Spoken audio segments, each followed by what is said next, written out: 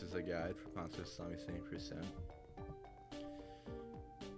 Last one was over 4 years ago, so hopefully I can share all the new like developments and like strats and like tech that's been found in the past like 4 years. Alright, well, let's just get into it, I guess. Timing does not start here. It starts when you plant your first pea shooter. So I'm gonna mainly just be explaining like all the mechanics in the game and like my thought process throughout each level. And later on I'll show all the different plant selections you can do, because there are multiple different strategies. But I'll probably only play one at a time. I also made my pause button spacebar so I can pause the run and explain stuff. So timing starts when you plant the pea shooter here. Alright, let's go. So obviously, how do you shoot in this game? Well, there's this thing called the 50% rule, which basically means if you deal 50% of the wave's health, the next wave will spawn.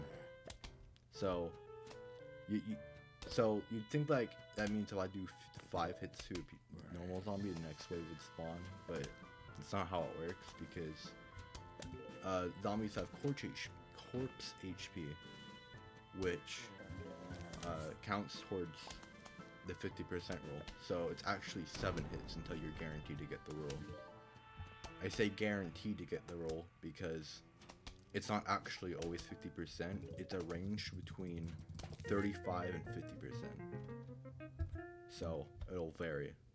And we do gamble on a 50% rule. 1.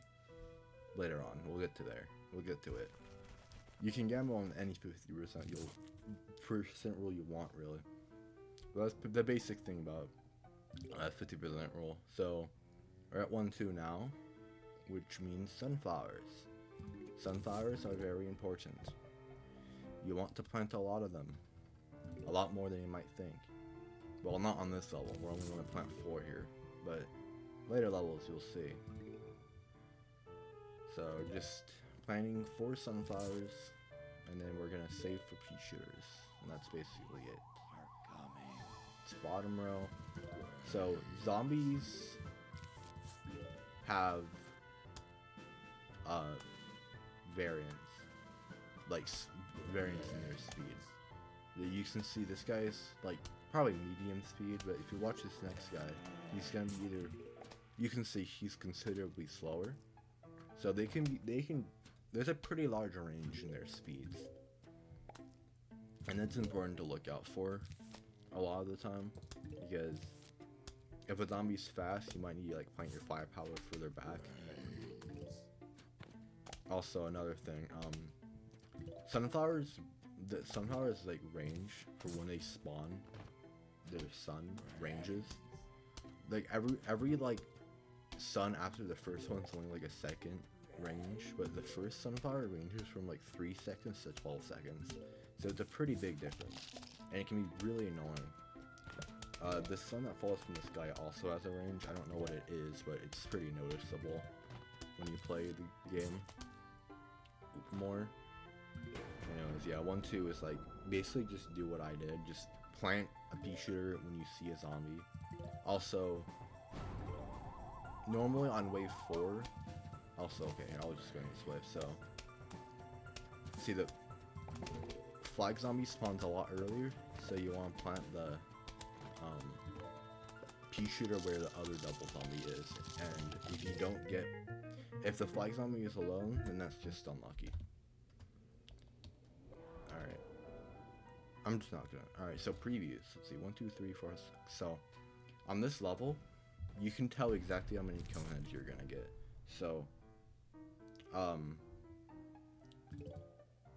a cone head is, so there's this cool thing called waypoints. Every 3 waves, the amount of waypoints in a wave goes up 1. So, a normal zombie is 1 waypoint, and a cone head is 2 waypoints. So, this level is 7 waves. So wave 4, 5, 6, and 7 can either be a cone head or a normal zombie. but wave 5 has a scripted count, so it's actually only wave 4, 6, and 7. And you can know exactly how many you're gonna get based on the preview.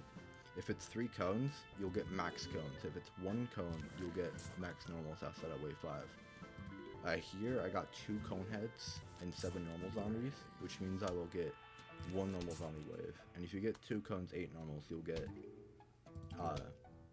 2 normal zombie waves and 1 cone head wave. Alright, so we let the first zombie go to get sun up. Now this is looking pretty good for a wave 4 mower here. Gotta try it. So when the 50% rule is activated, the next wave takes 2 seconds to appear. Let's see, did I get it? I did not. That's unlucky. I might have gone a bad 50% roll there.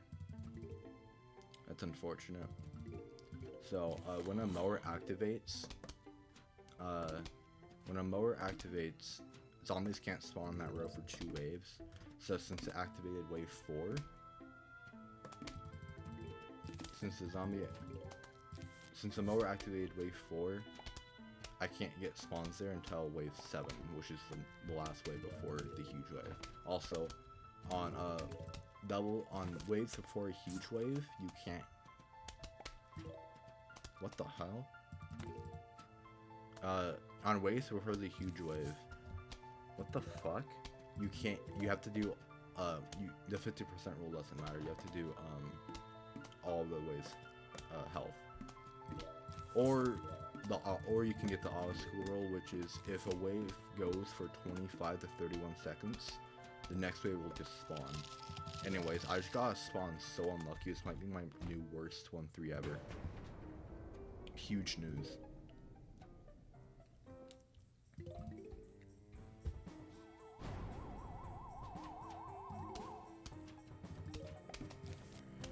And so there's 6 zombies on the final wave here, so you can just wait for 6 zombies to spawn until you see 6 zombies, and then cherry bomb.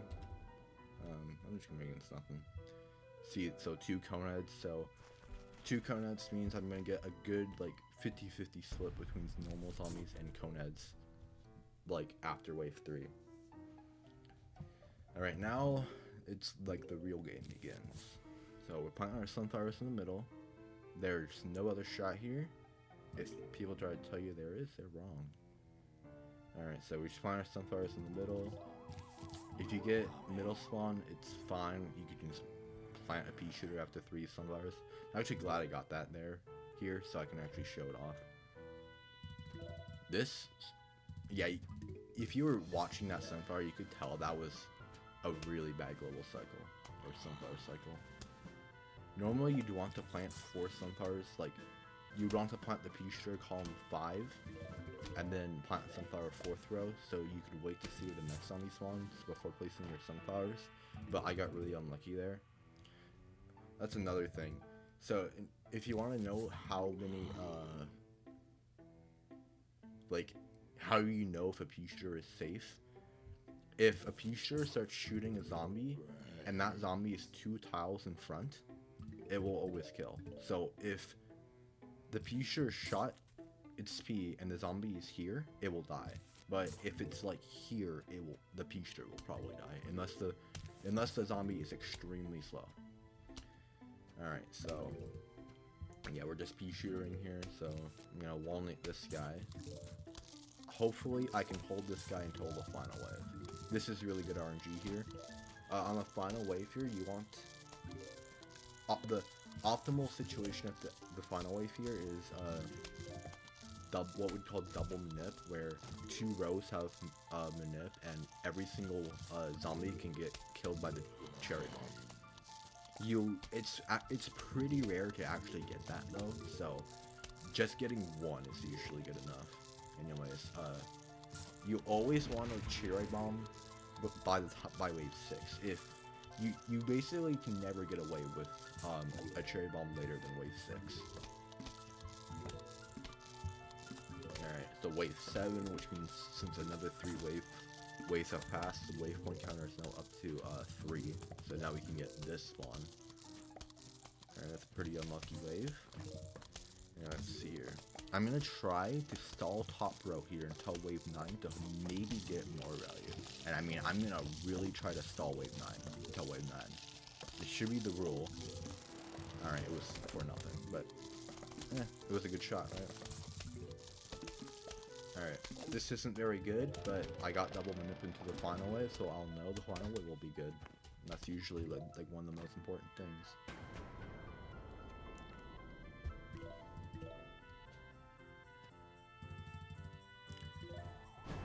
Since I got double manip, just one cherry bomb, and that's it. If you don't have double manip, then you can focus your pea shooters in a row where you're likely not going to cherry bomb. Alright, so here we're just gonna quickly, if you hold space or enter here, or during Dave text, or during level transition, so it'll instantly like go through it, by the way, I forgot to mention that. Yeah, we dig up there, so now we're gonna once again try to get double manip. I don't know what's going on, my game's bugged. So I'm gonna go top row, so I'm gonna wanna let go second row or fifth row here. Alright, I think I'm gonna choose, well, it depends. Okay, I'm gonna choose second row. I already have 2 Exodonuts, that's very good. You need an Exodonut for the final wave. And any extra ones can be used, like I'm gonna use both of these right now, but that is risky, and I wouldn't recommend doing that. Also, you should always wait in case you get a spawn like that, because I was gonna send that here, and it would have missed everything. Alright. Now it's wave 6. There's only 7 waves until the huge wave here, by the way. It goes back to being weird. Alright, so just get the rule. That's not guaranteed to get the rule. But I got it. See, that's a... Alright. Is that the rule? It's not. Okay, it's fine. So, I got 1 exo enough for the final wave, and I'm gonna have double manip, which means final wave will be fine. That's like the most important thing about, like, all these levels. Most of them. Well, get to why I say most of them. Alright, we're getting to 1-6, and 1-6 is a very good example of previews. So, I'm just gonna pause. Let's see, can I pause the game here? No? Okay. Well, fuck. There were 2 pole vaulters there, which means it was 2 pole vaulter and 1 conehead. So, that means I'm gonna get a lot of pole vaulters. Pole vaulters are the same amount of wave points as coneheads, and there's a scripted pole vaulter wave 6, which we want to either cherry bomb or let or kill it. Okay, so always plant your potato mine after 3 sunflowers here.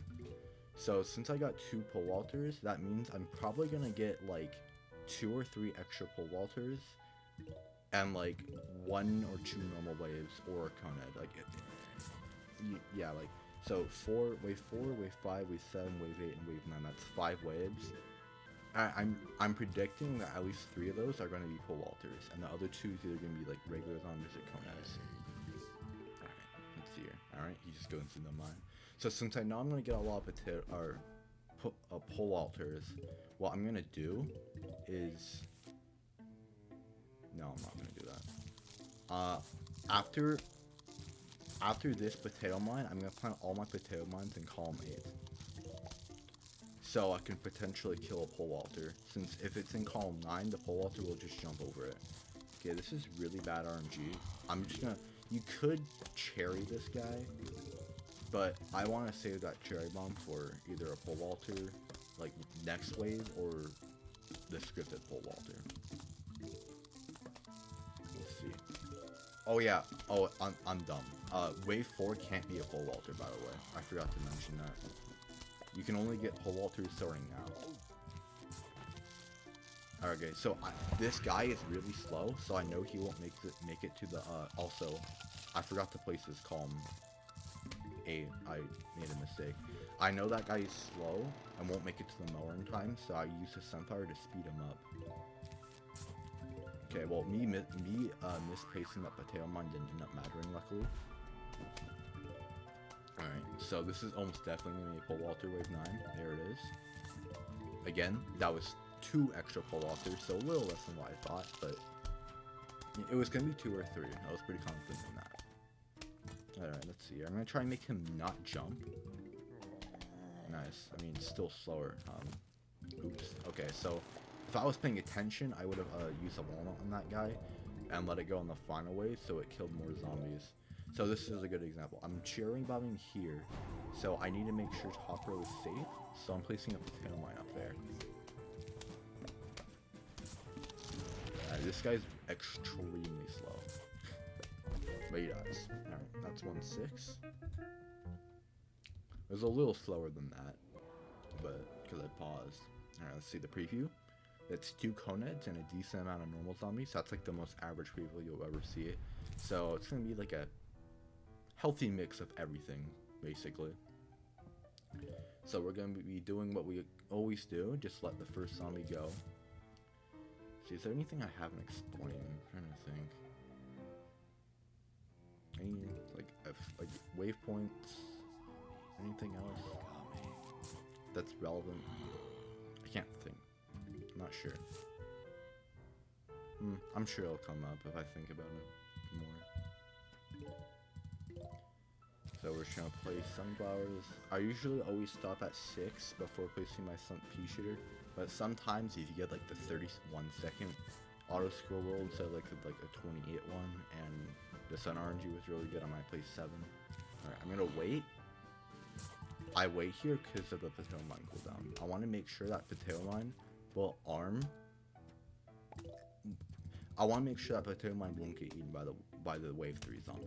So I wait to make basically guarantee it won't die. This is a really weird spawn. I'm just gonna put 2 pea shooters on it. I made a mess. Okay, I didn't. Ooh, okay, that was close. I almost messed up there. Don't do that. I should have prioritized the. Okay, let's see here. This might be interesting. Let's see. Let's see what happens. Okay. What am I doing? I'm gonna make you jump. That's what I'm gonna do. I was thinking about maybe letting it go to the mower, but I decided to just pea shooter it. Also, this is gonna be really hard walnut time.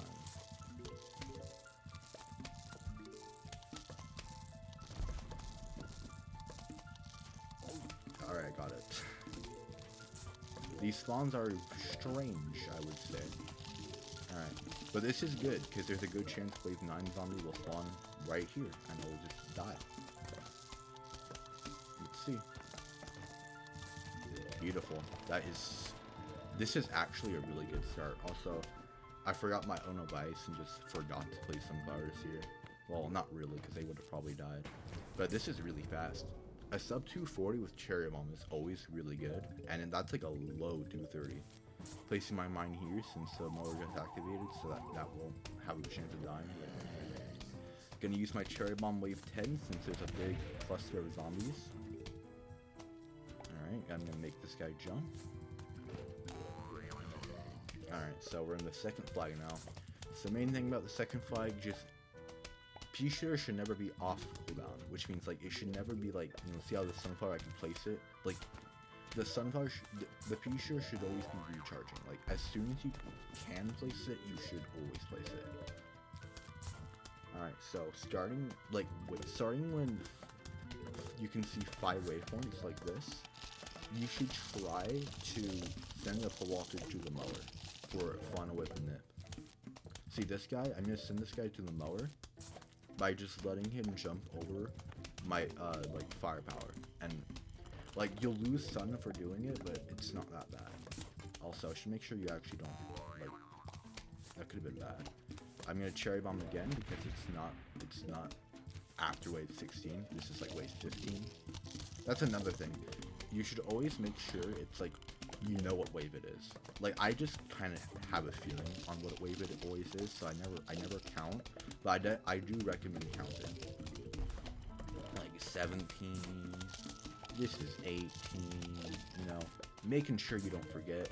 This is potentially a really cool wave 9. So we're gonna let this go wave 9.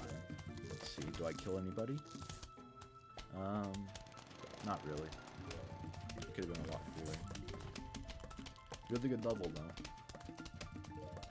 Oh yeah, now that we have Wamra manipulation, I'm gonna plant this pea shooter here.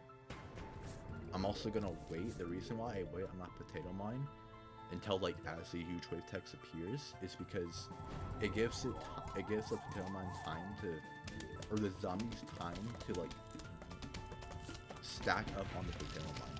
If I placed it instantly there, the Coned would have just ran into it, and the 2 normal zombies would have been left. Okay, so the 1-8 preview here, 3 cones. That means I'm gonna get Coned every single wave I can. If you get 2 cones, 6 normals, you'll get 1 normal zombie wave, which is wave 4, 5, 7, 8, and 9. So that's 5. 2 cone, 7 normal, you'll get 2 normal zombie waves. 1 cone, 7 normal, you'll get you'll get 2 coned waves. That's bad RNG. And if it's 1 cone 8 normal, it's the only one that you won't know for sure. It'll either be 1 coned wave, or it'll be no coned waves. This is bad RNG though. So on this level, you aren't really gonna be placing pea shooters. So I'm gonna let this guy go. We won't be placing pea shooters all that much, and you'll see why. Pea shooter, optimally, pea shooter will basically never be used after wave 3. The reason why, hopefully the game will let me show, and doesn't sound like the zombie wave row 2, and okay, that's bad because, for a lot of reasons. I got 3 cones, so I know I'll get max cone heads, so letting out any more mowers is going to be very hard. By very hard, I mean impossible unless it happens wave 7, because after wave 7, it's just, like, not really feasible. But if you got normal spawns, it basically, if you have a pea shooter, I'm not going to let this go to the mow. I want them in it for final wave. If you have a pea shooter, if you're pea shooting a zombie wave 2 or wave 3 in a row with no sunflowers behind it, once the pea shooter hits the zombie 7 times, which will be a guaranteed 50% roll, I'm letting this guy go to the mower. You can dig up the pea shooter and let it walk to the mower. This is interesting. This guy's okay.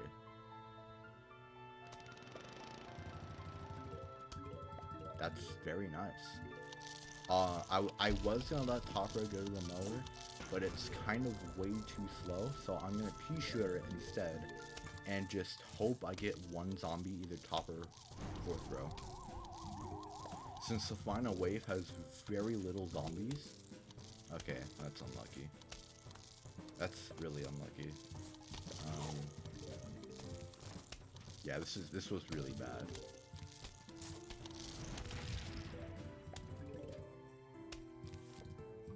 That was just bad. That's unfortunate. That's why I don't like 3 cone on that level, even though it's technically the best thing. Okay. 1 cone and a lot of normals. Repeater. We're gonna be using Repeater a lot. Also, Chomper is like a really cool plant. It's like the speedrun plant, where we're gonna be using it basically every daytime level. Until like 5-4. But we'll get there eventually. Alright, so here on 1-9, instead of letting 1 zombie go, hopefully, nice, we're going to be letting 2 zombies go. Since everything in our build is super expensive, we need a lot of time. So, you know, like 200, 150, 150. That's why we're doing a whole extra row also. So we're doing like 4 instead of only 3. Which you should be doing, by the way. Like, I wasn't really mentioning that. Also, I'm spreading my sunflowers out like this to give me the best odds of being able to let 2 zombies go. Just like that. Also, I just misplayed. Like, I'm completely autopiloting right now, but I should have placed that potato mine row 2, since the next wave has a decent chance of spawning there. It doesn't really matter too much, but it's an unfortunate play if a coned spawns here, but it's fine if it's a normal zombie, because I can repeater it. But if it's a coned, I'm gonna chomper it. Alright. I'm letting this go to the mower, and I'm gonna let, the 4th row zombie also go to the mower. Or, I'm gonna like let that mower go. Alright, nice. This is good RNG. This is a good chance they'll spawn me, so I won't kill on it. It's gonna troll me? Okay, it didn't. I was scared. Alright, this is very good. This zombie speed isn't very cool because I can't really let that guy go to the mower. This wave is gonna take forever to get the roll on, so I just chompered it. Alright, get the repeater. Alright, now it's wave 9, so we need to kill all the zombies in the wave. Alright, I'm gonna play it safe. How about that? I'm playing it safe. If I was in a run, in a real run, I would have cherried. But this is still a really good start, and I will have cherry. So this will not be able to last long. Also, if you get a flag zombie on the tail mine like this, that's just really unlucky because it will die. Unless you placed it early instead of waited, but you should always wait usually. Alright, so I have a middle row here. So I'm gonna cherry. I'm gonna wait a second. Wait a second so the zombies walk into that row. Alright, a lot of normal zombies.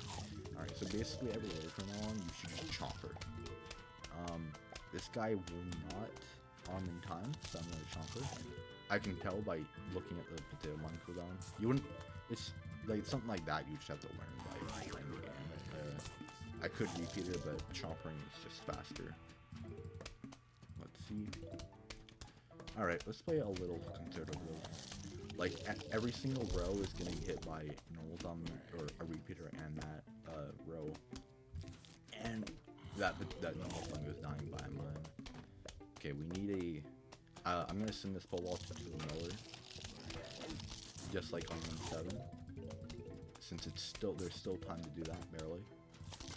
I mean barely, like you need to start going down. Okay, this is wave 18. Let's see. Oh my god, beautiful. This was such a good level. Yeah. So, mower, and now we're gonna do just what we did on 1-7, we're gonna wait. Nice. And now, since we have Chomper on the, well, actually on 1-7 you have enough firepower, it doesn't matter, but like, if I got flags on me there, I could've just Chompered. And if the potato mine misses a zombie, you can just Chomper it. Unless you do that.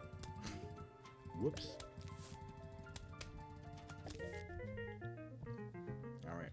110. First conveyor level. Which means it's time to explain everybody's favorite mechanic. Conveyor manipulation. So basically how conveyor manipulation works is... This is just bad, I'm gonna cherry it. If you have 3 or more of the same plant on the belt, the chances of getting that same plant drops like dramatically. So if I have 3 walnuts on the belt, the chances of getting that goes from like, I don't know, let's say 15% to probably like 5%. And then if that number goes up to 4, then it drops to like 2 or 3%. But if you have more than 4, it won't do anything. So if you have 4, say if you have 4 walnuts on a belt and you get a 5th walnut, just place the walnut because you're not manipulating anything. Let's see here. So I'm gonna let 2 mowers go here because I want to be able to cherry bomb wave 9 with just 1 cherry bomb instead of 2. I'm also gonna mainly save my cherry bombs for any buckethead wave until wave 9.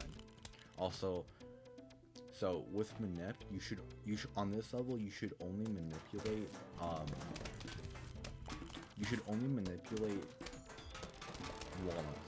You should not manipulate anything else. Although I see a lot of people manipulate both walnuts and potato mines. If you get a potato mine, just place it.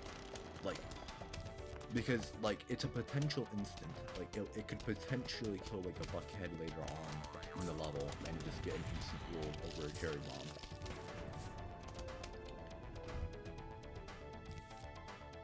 I'm gonna hold on to this one though. And like that's another thing. If you have a lot of planks on your belt, the belt will slow down, which is another reason why you don't want another window. So like right now, so like the first slowdown is at 4 planks, and then it's 6, and then 8, and then if you have 10, it won't move at all. So I usually like to stay below 6. Okay, this is really dumb. So the way I like to keep my potato mines alive is by placing a potato mine and then cherry bombing, so the potato mine stays alive. Also, I'm gonna let this grow in because it's getting out of hand. Obviously, like the game really isn't making that possible with these spawns. Slow down. Okay, this solo is actually going really badly. Like, I'm just not getting cherry bombs right now. This is really bad. This is the second cherry bomb I got in the second half of this level. This is not good. Also, for the 19th wave, you want to save for 2 cherry bombs. Like, you want 2 cherry bombs for wave 19. We're probably at about wave 16 right now. Okay, the game's actually trolling me with these potato mines because it's giving me potato mines and it's not giving me a way to keep them alive, so there's no reason to place them. It's so annoying. I'm keeping at least 1 on the belt. Like, okay, I think we're at wave 19, so I really need a cherry bomb like right now.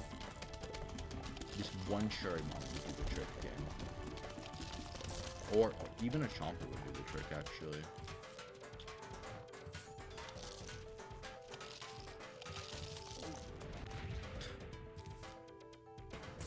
Three cherry bombs in the second half with almost full walnut minute the whole time. That's just like inconceivable. Like on average you should get like 5 or 6 in the second flag because you'll have a nip. Still a sub 31 though. Alright, 2-1. It's the start of night, which means it's the start of... Oh, that's a cool preview. Holy shit, can I get that in a run? The start of... fun times. So, a lot of things to go over. So, obviously, this is the plant selection I recommend. I recommend bringing walnut because I recommend trying to let... oh my god, can I speak English? A rug go to the mower. So, basically, on every single level of night, you should always be thinking about where am I, like, you should always be thinking about the final wave. Like, where am I going to cherry? How am I going to make the rows where I don't cherry good enough so they don't lose me a lot of time? So, how that looks on 2-1, you can double puff like this, is, you know, say I cherry bomb right here. Get these 3 rows out the way. Now I have these 2 rows. I can plant a potato line in one of them, but how am I going to deal with the other one? Well, that's why you have walnut. You're going to let go one of these rows. And by one of these rows, I mean either row. So in this situation, row 2 or row 4, because those are the rows that have graves. So wave 5, I'm going to send you to the mower.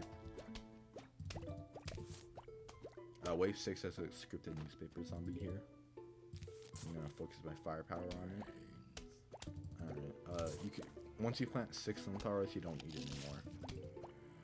So since this guy's gonna go to the mower, this row will be taken care of. I will cherry bomb here, so these 3 rows will be taken care of. And then the final thing, also I need this guy to be faster.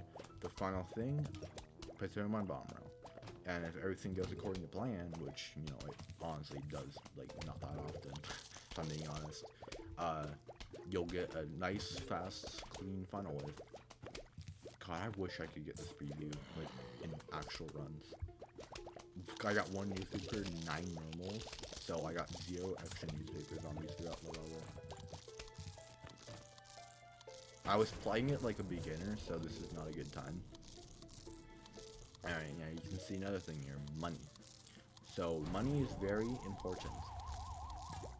Gonna send the mower right about now, should kill everybody.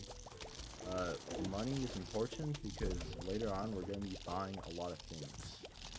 Now, we want money for seed slots, so like, the main thing is going to be 3-4, like getting seed slot around 3-4, or just in pool at some point, and like rakes, and by the time we're at roof, we're going to want glooms.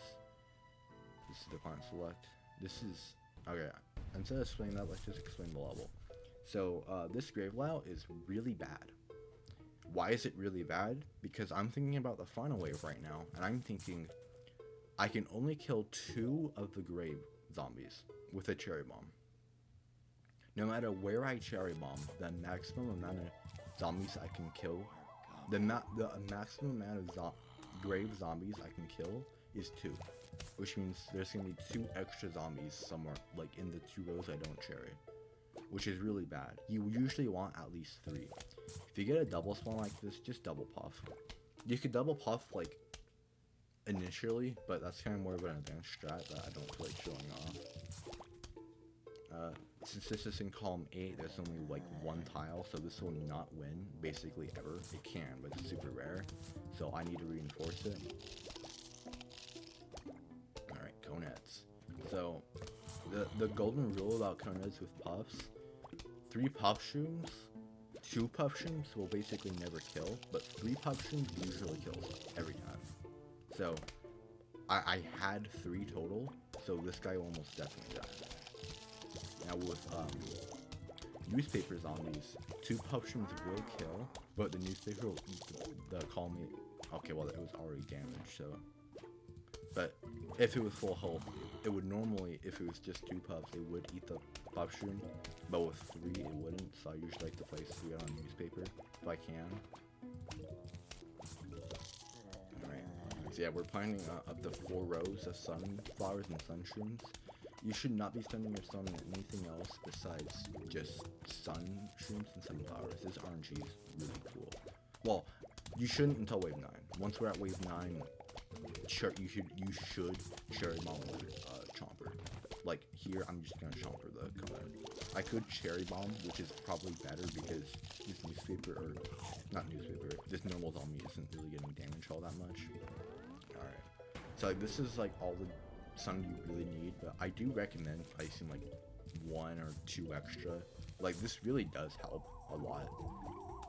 I don't know, maybe I'm overstating how much it helps, but I found it pretty helpful usually. I have the cherry bomb, so I'm just going to cherry all of that because that was a little ugly. I'm going to, like, if you plant that extra sun, you shouldn't try to keep it alive. It's just there to like potentially get you sun, but if you're in a situation like that, just do that. Alright, so like, I'm placing repeaters on these guys instead of chompering because they're spawning in rows where there's a column 9 grave, so the chomper won't reach for a while. So instead of waiting for the chomper to reach, I'm just placing repeaters. Like again, this way. I normally only place 1 or 2 repeaters on this level, since it's faster to just chomper, but I am getting really funny RNG, so. Alright, it's wave 16, I'm just gonna chomper the buckethead. Alright, it's now past wave 16, so cherry bomb is off the table. Completely off the table, I'm not cherry bombing. So yeah, if you want, like, my recommendation for this level, just, if you don't need a repeater in every row, but placing repeaters in most of the rows is a good way to play it safe, although it might not be super fast. This RNG is like hilariously good, by the way. Or that wave 9 really, which is really good. Pretty good level. You're probably not waking up. Yeah, chompers can wake up, but it's pretty rare because they have to stay alive for 40 seconds, and they're usually in like the front, so you know, they usually don't have very good odds. Okay, so I'm looking at my 2 non-cherry bomb rows, and I can see this conehead in the back, so that whole time I was thinking about killing that conehead, and I did. 436, pretty good. Alright, 2-3. Alright, do coneheads, so I'll get like half and half. Okay, so this is our first prediction level. So, again, I'm always thinking about like the final wave. So, in my head, I'm thinking I'm cherry bombing here, and if I can, I'm gonna let go top row. Although there is a few complications with that. Well, really, there isn't, since there's only one grave. Since there's only one grave, I can let that mower go like wave 8 or wave 9 and just kill the grave zombie. But preferably it would like the mower would activate on the final wave. But anyway, so which basically means I can let the zombie go wave 5, wave 4, or wave 5, and it doesn't have to be wave 7 since usually wave 7 is the only one that lines up properly. But anyways, let's just talk about the level. So prediction level, which means potato line level. So you have to keep track of the zombies. I just remembered something I haven't explained. So, like, the thing that controls where the zombie spawns. When a zombie spawns in a lane, that lane has less of a chance to get a zombie in that row for the next 2 waves. Alright, I'm going to let top row go here for the mower. Anyways, I planted my potato mine middle row, and it got the prediction. I planted it middle row because that's where wave 2 spawns, so there was a pretty good chance I wouldn't get a zombie there for a while. I'm kind of worried. There's a good chance I wasn't going to get a zombie in that row for a little while. So I took the gamble, basically, that I was going to get, let's see, this kind of just slow, so, that I was going to get a Coned on wave 5, and if I got a Coned on wave 5, that basically guaranteed that that's a really scary potato mine. Okay, this mower activated, so it's great. Ooh, okay, we have to, you have to look out for this always. Make sure this guy never escapes. Nice. Alright, now we can deal with top row. I'm gonna fume. So if you don't get the prediction, just place a fume shroom in column 6 wherever the zombie is, or like column 5 if there's a grave in the way. This is a very good preview. It's 1 cone head, which means pole walkers are scary, but I got a good amount of normal zombies. Okay, so this grave layout, I'm thinking bottom row is the worst thing, and every other row is good. Now, this is something that I only really do, and I probably wouldn't recommend as a beginner, but it's just something I would do. So, if I get a bottom row zombie, wave 2 or wave 3, I'm going to send it to the mower. I'm going to get the 50% roll by doing 7 hits, and then send it to the mower, so it can, not just like this, so not just because to try to get mower value, just so I can manipulate zombies away from the only bad row. So zombies can spawn in these fast rows where 2 puff streams in column 7 and 8 can kill it quickly. So yeah, again, doing this double thing to speed up these waves. You can do it like super early on if you wanted to, but it's a little risky. So normal zombies are good, coneheads are fine, pole walters are horrible. If you get, like, pole walters are terrifying to deal with. They're basically the only reason why first flags in this level will be slow, unless you get like heinous RNG or some shit. Anyways, this RNG has been like unbelievable. Alright, so I didn't get value, but I can now guarantee that no zombie will spawn bottom row until the huge wave, which is good, basically. Except what I mean. Yeah, this is wave 8, so wave 9 is coming up. There's our first pole walter. Alright, I'm gonna cherry bomb. If I get the stun for it. I do.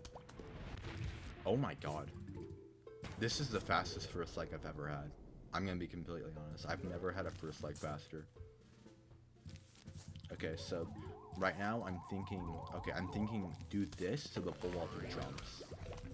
And I'm thinking get fume shrooms down in like scary rows. Like I'm gonna get fume shroom here because of the pole vaulter. I'm gonna plant you here, get a fume bottom row, make sure these rows aren't falling apart, which they are. Okay, I'm gonna get another fume here. This is a slow wave that I would have really liked to chomper, but I'm just a little too fast to chomper. Let's see here, what am I gonna do? I'm gonna cherry bomb because this wave will be very slow if I don't. And I'm gonna start grave busting. Alright, I'm gonna chomper right here.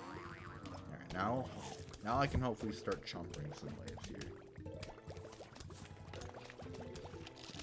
I'm gonna chomp the cone.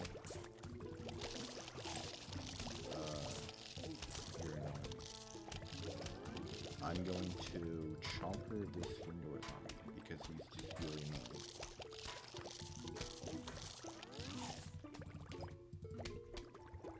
Alright, this has not been a very good second flag. I'm going to take this wave to just breathe, even though it's a really bad wave to take as a breather, but I'm going to do it anyway. I'm going to get a few in every row and make sure that's fine. You want to make sure you have every single grave busted. Alright, so a screen door or two normal zombie waves, you don't really need to chomper a wave like this as it's really fast without a cherry bomb, or not cherry bomb, chomper. Alright, this is wave 9 here. Alright.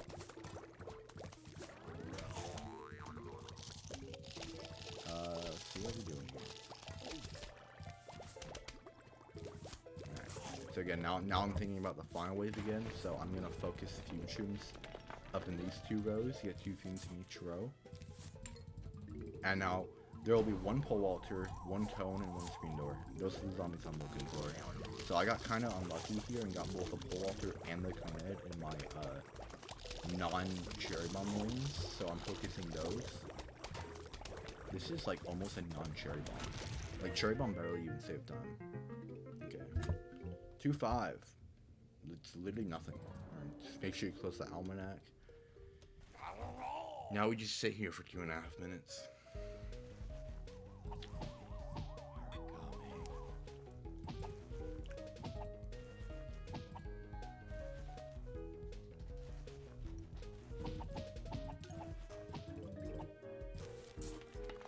Grave bust.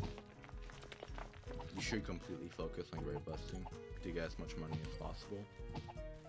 You don't really have to care about like setting up a good cherry spot, but you can. Like I'm already just subconsciously like coming up with every single good cherry bomb spot that I have, which is here, here, and here. But you know, I'm not planning on actually cherry bombing. I'm just planning on grave busting every time I can, because we want as much money as possible. So we basically need, at some point in this run, to get at least 1 diamond, so we can afford everything we want. If I don't get a diamond by the time we need it, and I don't have enough money for the stuff we need, I will just hack the game and give myself the money I need, so I don't have to show off bad strats.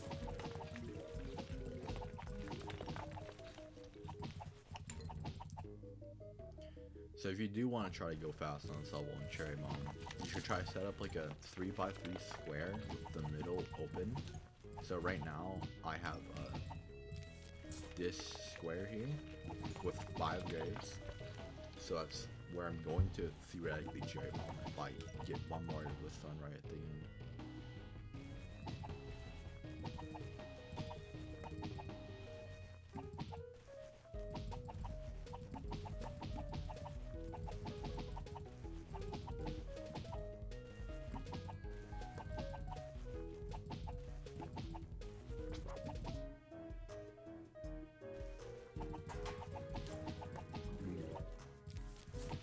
I got a grave where I would theoretically cherry, but I just...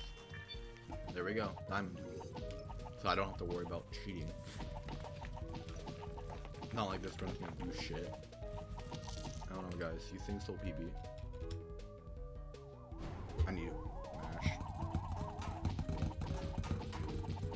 so then you just decimate the final wave by mashing. Alright, 2-6. I'll go back to combining this dumb shit. Alright, I'm gonna do this. So, the shot normally would be to bring walnut, or not walnut, would be to bring fume, but walnut. Alright, so this grave layout is a perfect example of why we bring walnut, because this grave layout would be like so bad without walnut. I mean, it still is, because like there's a 3-stack, which is bad. So so the mower lanes here would be either row 2 or row 5. If we let go row 2, we will grave bust right here and then cherry bomb there. If we let go bottom row, we'll grave bust this and cherry bomb here. That's what I'm thinking for the final wave. For the actual level, it's just like 2-6 or 2-3. With like the potato mine and like placing it. So you notice with my sunstreams, I'm avoiding the rows where I might let a mower go. So, like, I'm not placing my sunstreams in row 2 or 4 or 5. Row 2 or 5. So, there's a very good chance I get row 5 here. So yeah, I'm letting this guy go to the mower, which means I can now place my things here. So if I were to predict where this football is going to spawn, it's here. But I don't recommend placing the potato mine in a row with graves this far out, because it's just like, because if you don't get the prediction, then that potato mine is completely useless. But in this situation, even though I didn't get the prediction, it's basically guaranteed to be useful for this next wave. See what I mean? Alright, so just like I was explaining earlier, I'm now going to grave bust you. Which was actually good because I needed it for this wave. Alright, so this 9th wave might suck. Also, you gotta make sure you walnut, don't just let it go to the mower. Alright, it's fine. I'm gonna grave bust this also. Me grave busting this allows me to call 9 cherry bomb. Also, plant the potato mine early on the solo. I recommend doing that because there's both the flag zombie, which will eat the potato mine if it spawns there, but also a football, which is basically just as bad.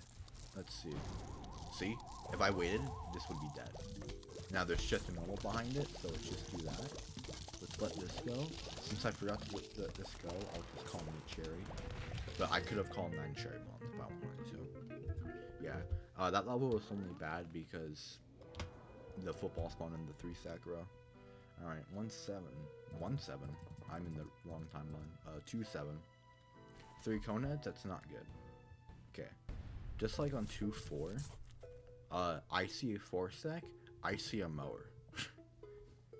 So,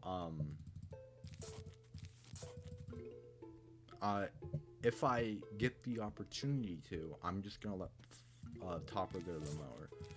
However, since we now have Scary Shroom, I will not let Topper go unless it's one of the next 2 waves. Like, if it's 2-4, I might let it go wave 4 or something, but in this situation, I'll only let it go if it's one of the next 2 waves, since I have Scaredy Shroom. By the time it's wave 4, I'm willing to plant Scaredy Shrooms. Okay, so another thing, with the graves, there's certain rows where you should plant. Let's see. I'm gonna pre-plant a Scary Shroom up here. There's certain rows where you should plant a puff shroom in it, depending on how bad the grave layout is. Okay, so this is a very unlikely spawn because, like I said earlier, zombies have a less chance of appearing in rows where they just appeared. So getting 2 zombies in the same row in a row like that is very unlikely. Alright. Wait, 5 more coneheads, which was expected because 3 cone preview, which means I'm collecting more coneheads, which is showing up here. No zombies is on top row, so I'm just like in fear, like reinforcing top row as much as I can. And there it is. I'm just gonna do this. which takes away a sunshine spot, but you know, it's funny, I guess. Wave 8, just more death and destruction. Anyways, I was explaining, okay, this is a thing you can do. If it's wave 9 and you get a Coned in a row with a Calm 9 grave, you can dig up the Calm 9 grave and hit mission. Anyways, can I explain this grave thing? You should dig up Calm 7 or Calm 6 graves first, like up here, because you want to plant your food shrooms. No, I'm just gonna pause the fucking game. So, you should plant your pup shrooms in like in the very start of the level. You should plant your pup shrooms depending on how bad the grave layout is. So say you have a grave in column 6 and column 7, but column 8 is open. You should plant a column 8 pup shroom, because if you don't and it spawns in that row, either you have to plant a column 8 pup shroom, which will die and probably not get the rule, and then you'll probably have to wait for the zombie to walk to like column 7 or like column, like all the way to column 8 before the pup shroom in column 5 can kill it, you know? Say you get like column 6, column 5, and column 8, but column 7 is open. Plant that pup shroom in column 7, because you're fucked if it. Well, you're not fucked, but you know you're probably gonna have to do some dumb shit. So you should focus that lane. Versus if you have like, basically if you have column 6 open, you don't have to worry about that lane.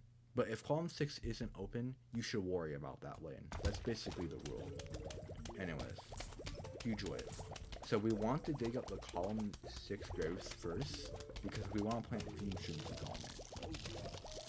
Also, you should always save both a hypnoshroom and a cherry for wave 11 and 12, in case you get screen door zombies, because fume shrooming, a screen door when it's by itself is extremely slow. Like, it's bad.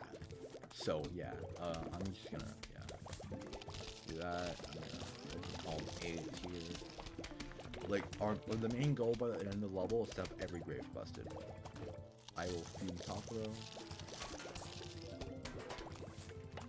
Get the column 5 grave so I can plant a scary there.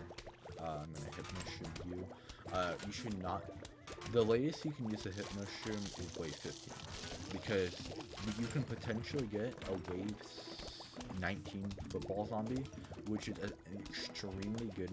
It's like the best wave 19 by a lot, unless you don't have hypno. If you don't have hypno, it's really bad. So you should always make sure you have hypno shroom. But yeah, you should only plant fume shrooms if a screen door spawns in the lane. So you know, I'll plant it here. But otherwise, you should be spamming grave busters, scary shrooms, and pup shrooms. Wow. Look, again, I haven't gone a wave 19 footballer in a run in so long. I'm actually not going to dig this grave up, because it's guaranteed to be included with the final wave cherry here. So I'm just not going to cherry on it. Ow, my throat, I'm dying. I'm probably gonna have to wait for the hypnoshroom here. I don't think I can. Maybe I can. Now I can get the roll earlier. Ugh, my throat. Alright. 2-8. Annoying. Dancer is really annoying. So, I completely forgot I was gonna play on a different version of the game. So, since I'm playing on the version I am playing, the Dancer can walk to column 8 before summoning his backup zombies. Backup dancers, whatever. See, I'm focusing bottom row because column 6 grave.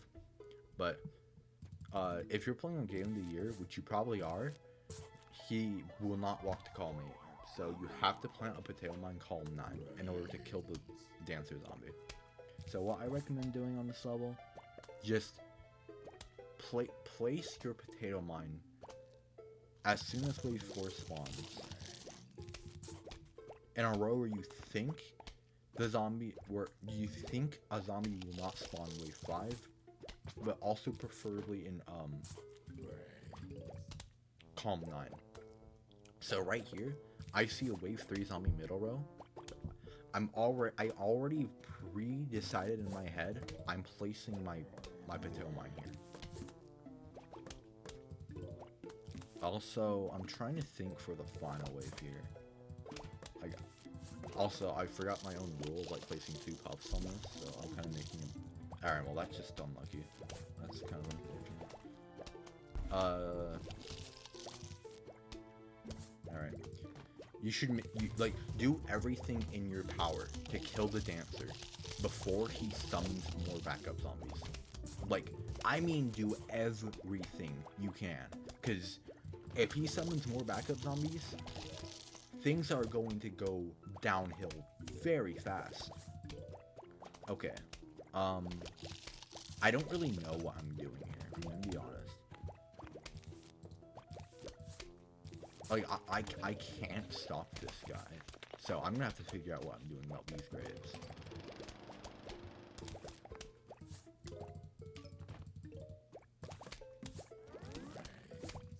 What am I doing about these graves? Let's see here. Okay, I think I'm gonna do this. I'm gonna plant the potato mine here to take care of this grave. Get the grave buster back for you. And now just hope I don't get the coned bottom row. And that's like, also, let's see, was this Michael? Middle row? This could be complicated. Actually, no, it's like the last, because like, you know, this final wave sucks a lot. Alright, just make sure the cherry bomb kills everybody. Nice. Let's do that. Alright, we're done. We're at the level. Alright. 2-9. Should I? I'm just gonna do this. There's a very recent strat development where you bring cherry instead of fume, but I feel like that's more of an advanced strategy. See, this is the exact type of row I was explaining earlier. Column 6 and column 7 blocked, but column 8's open, so I'm focusing here. Column 6 is blocked, but column 7 is open, so I'm focusing here so I don't have to place the potato mine column 5 and wait really long. See, look, I would have had to place it here and wait for this super slow zombie to walk all the way to like here.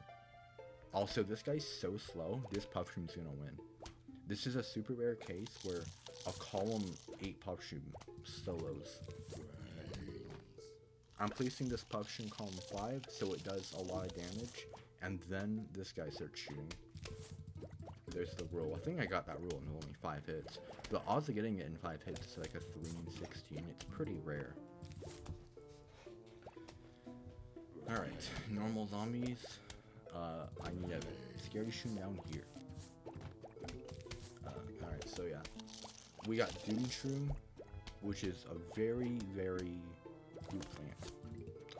Because it just wipes out the final wave. So I've been saying how you have to focus the final wave so much in these previous levels. You don't have to give a shit on this level. Well, you do kind of. Like, this grave here is blocked, so I need to dig this grave up at some point. So that's basically it. Because that's what you're gonna do. You could do column 9, but if you have like a column 5 or column 6 grave still there, which you shouldn't, because if you're using fume, column 6 should be the first graves you dig up, and column 5 should just be dug up because it's a scary spot.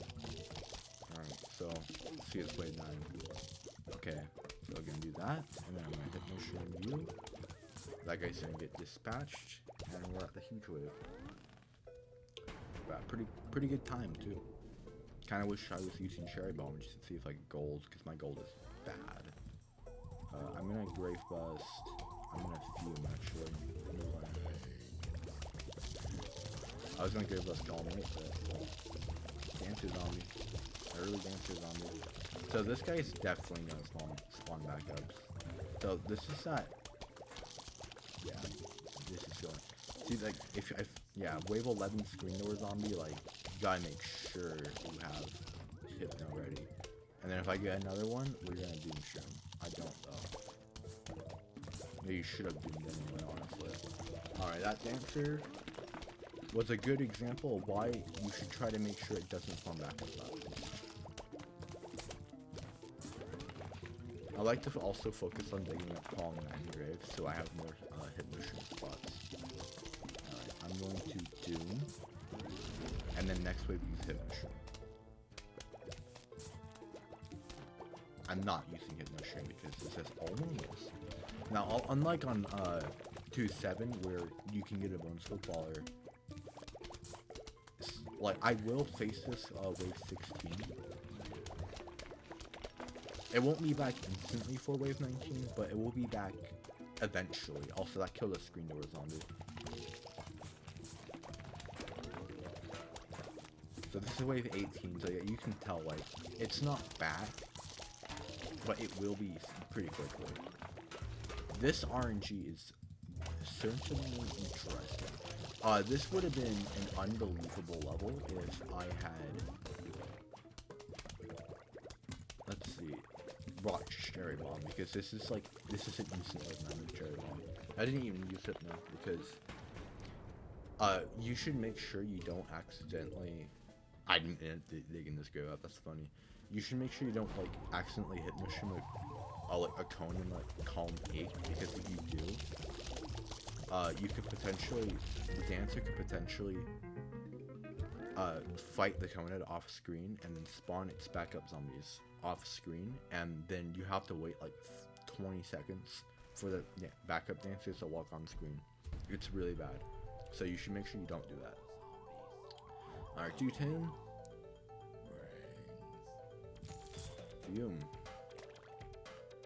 So the manip here is going to be ice shrooms, although I'm going to use an ice shroom here because a fume will always die here, and fumes are pretty important, and also getting rolls is important.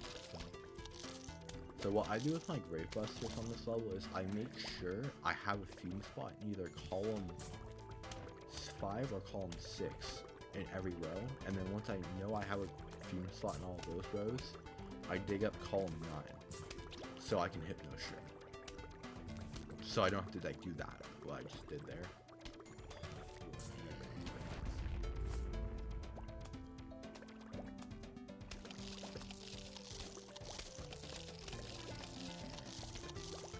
Alright, so Doom is like the most important thing here basically, which I'm getting a lot of, which is pretty cool. Yeah, focusing on column 9 graves, let's see, I'm just doing column 9, and then, I'm gonna dig this up because not only do you want, column 9 open, you also want to make sure you have, like, column 7, column 8, or column 9 open, in every single row, so you don't have to wait a really long time. I'm gonna ice shoot just to get the real quick here. You don't have to wait a really long time to like mushroom football zombie. Alright, so this is wave 8, so I'll use the hit mushroom just to get the wave quickly, and then I'll do mushroom wave 9. There's the wave. I'm gonna use a good doom spot. I'm gonna do him here, which is everything. Alright. Pretty textbook start. Got 2 hit mushrooms. Hopefully I can get my ice shroom in pretty soon. Middle rows are very important to have open. I'm going to Doom because this is like, wow, I have 2 diamonds. Wow, okay. Sure, man. Alright, I'm just going to use the hit mushroom because I have 3 of them, so, you know, why not? You mainly want to make sure you only use hit mushrooms on football zombies though. But like, if you're getting RNG like I am, like, there's no true harm in just using them like this.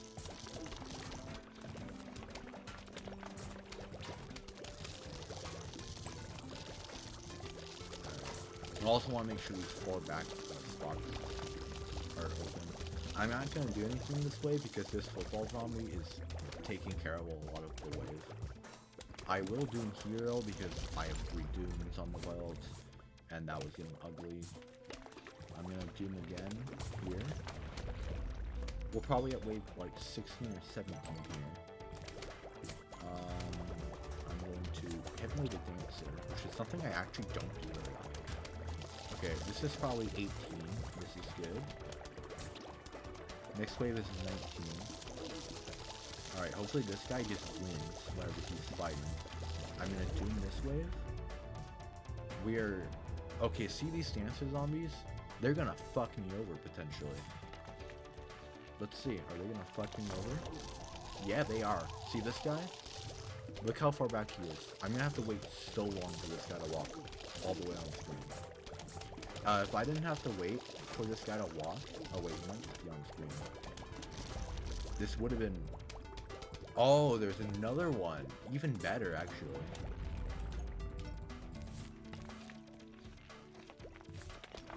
I'll wait for this. Right. That would have been a sub 4 210, which is a really good 210 if I didn't have to wait for that. Anyway, time for like bottom 5 pool or levels in any percent. 3-1. This level is pretty bad. I'll do my best to kind of like explain what I'm doing, but yeah, it's pretty bad. Okay, once we get more into pool, I'm probably gonna pause more to try to explain like what I'm thinking, like because there's a lot of moving parts in pool that's hard to like, just explain straight up. I'm playing my Sunflower's row 2 because letting go top or bottom is better than row 2 or row 5. Kind of like complicated why, but it just is. So the final wave here, you can theoretically get triple manip, but you don't really need that. The most preferred outcome is 2 mowers, but 1 also works. This is unlucky. This is really unlucky. I'm just gonna place this. Hopefully it gets the roll. It's close. 3. So a pea shooter can usually shoot 2 times after it starts to get eaten like that and get the roll. Okay, so you know on 1.7 or 1.8 how I was talking about taking up pea shooters to get like rows going to the mower. I'm gonna do that here. I'm gonna dig this up. Alright, now we have 2 mowers. Wow, that's unlucky. Also, I'm basically guaranteed not to get double manip here. I'm letting this go to the mower because that what's it called? That walnut's like unbelievably just so dead. Just chomper this. Okay, I would really like if I could not have bomb row activate. I don't think I can save it. Alright, this final wave is going to suck. I'm gonna plant a potato mine here. Alright. Yeah, this level's gone badly. I haven't played this level well. I haven't gotten good RNG either, but I could do like I could do stupid manip here. Alright. I guess the level decided to also be stupid. These spawns are horrible. Just atrocious.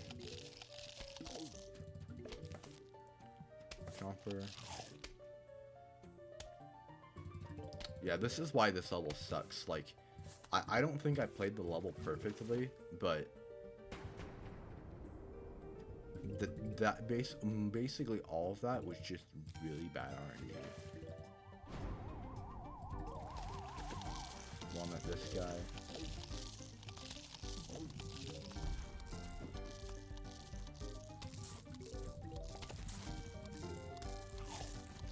And now we're just sitting here until I get the sun for the chomp of the cherry bomb.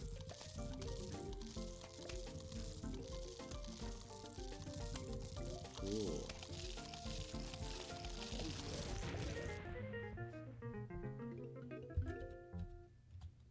Oh, we're so close. Oops, I'm holding spacebar.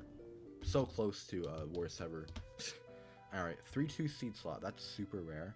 So, since I got 3-2 seed slot here, I'm bringing walnut, but normally you won't bring walnut here. I could just not use it, but might as well. I have it, right? Alright, I might actually pause a little bit during this level to maybe explain like what I'm thinking throughout the second flag. Like, I'll probably like, explain exactly what's going through my head, like during like wave 10, for example. Alright. Unlucky spawn. I won't like be able to show off like exactly what you do normally, but I can show off a pretty cool sunflower placement. Column 6 sunflowers. So like in this situation, I plant column 6 here because also, okay, because like if you don't get this RNG, like it keeps all my sun in one row before like while like it limits. How do I explain this? Like if I were to just plant that in row 2, the zombie could spawn row 2 and I'd lose this sunflower, but instead I place it here so I don't. That's kind of what I'm trying to say. And also, it's just a good sunflower spot.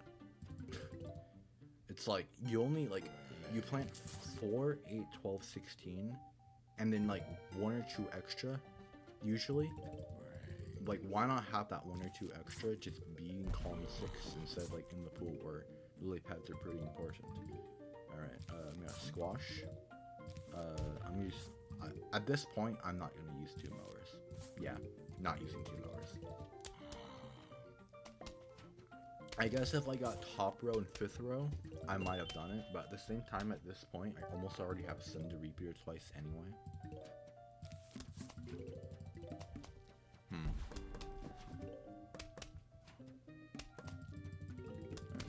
we're gonna walnut, we're gonna repeater, I'm gonna squash here.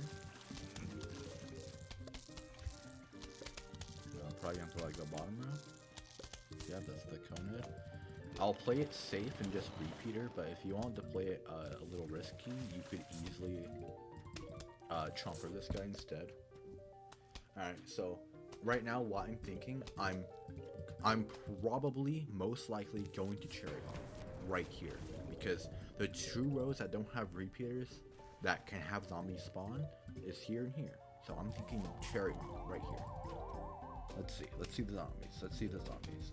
Alright, yep, that's the cherry. Alright, now, okay, I'm just gonna pause, let's see. So I'm thinking I need 1 more sun and I'm done. There's a cone head here, so I need to pay attention to this row. I need to pay attention to, here and here, since there's no repeaters. I have squash on cooldown, so I'm probably using squash instead of chomper, which will give me the opportunity to probably place a repeater. Let's see what happens. Sunflower. Repeater will go here, and I will squash here. Alright, let's see. I have potato mine on cooldown. I did not pause the timer. I have potato mine on cooldown, so I'm probably placing it, like, I'm gonna place this potato mine bottom row once this activates. And I still need a repeater here. So I'm gonna place a little bit up here to prepare for that. This is a very good just repeater here. I'm placing this potato mine. I'm now thinking this row is getting a little scary, so if I see another cone head here or something, I'm gonna chomper it for sure. I see 3 normals, so I know like it's probably gonna be 1 cone somewhere. Where is it? Right there in that bad row. Instant chomper, instant roll, and everything else just dies. Let's see. 1 cone and 3 normals, which means if I chomper the cone, it's almost guaranteed to be the roll. Bang, basically instant roll. Alright, let's see. Let's get the next wave. Cone head dies to the mine, which means I'm not gonna do anything else to this wave. I'm just gonna play it safe and plant a repeater here. I'm also gonna start planting lily pads in column 6 to prepare for final wave ambush zombies, since if they're in column 6, that's bad, basically. Alright, bucket doesn't instantly kill any bucket you see, unless you are really bad. Also, I've been forgetting to mention waypoints. That's funny. Let's see. So, Buckhead is 4 waypoints. Screen door zombie is 4. A football zombie is 7, and a dancer zombie is 5. Anyways, so instant squash. Since a Buckhead is 4 waypoints, it's like a bit like it has like a higher like weight, which basically just means that basically just means Buckethead it has like more influence on like the like no spawn rule kind of thing. So like I basically know there's a really good chance there won't be a zombie next wave where this Buckethead is. So I'm gonna place my potato mine there. Alright, let's see the next wave. Alright, I see. Okay, well, I was wrong, but you know, you're not right about everything. Alright, so what's the highest priority here? Well, obviously Chomper the Cone, but I am seeing this and getting a little scared. I'm going to Chomper the Cone, but once again, pay attention to this row in case it gets out of hand. Let's see. Alright, I see a cone. Alright, I'm just going to Chomper top row again. Just simple. Alright, we're going to wave 19. It can be a football zombie since it's 7. It's not. Alright, this is a simple 2 Chomper solution. Chomper the Buckhead and Chomper and then Chomper this guy. I'm gonna plant a potato mine early because of football zombies. I'm gonna plant a lily pad here. And then so the first thing I'm looking at is flag zombie, football, and the ambush zombies. You're there. You're gonna be a Chomper. I'm now thinking squash, and I'm going to cherry here. I misplayed. Okay, I misplayed.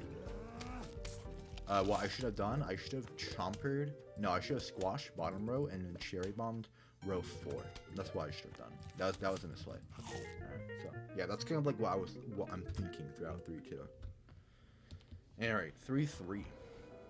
Snorkel zombies, which are 3 waypoints. Again, I have walnut. Having walnut in this level is actually like really good because it counters snorkel zombies really well. I don't know if I should use it though because it's not like a very good example of like how to deal with snorkels like normally, you know. I don't know. I guess I'll just play it normally.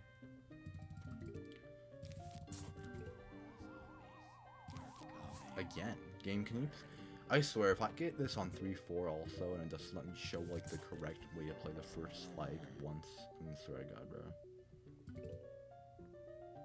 I mean, I once again do this. And hopefully it doesn't go on top again. I'm gonna pre-plant this, just in case it does. Alright, you're there. Alright, now it's back to normal. So, yeah, you should always be, like, planting your potato mines instantly off cooldown in, like, the first flag. It's always very important. So, like, during that 3-2, I was kind of explaining how I was always thinking about how I'm using squash if it's off cooldown, because squash is just, it does the same thing as Chomper, but better for 100 less sun. So, like, it should always instantly go off cooldown. Like, it should always be what you use, basically. Alright, so in this situation, I am going to let 2 mowers go because it's just, like, not worth it, in my opinion, to kill this guy. Alright, so I'm thinking in my head here, I'm probably going to get row 5. Yep, so I'm going to let this go to the mower. I'll pre-plant a repeater here. I'll pre-plant a lily pad. Would be nice if this guy was faster reaching the mower, but it's fine.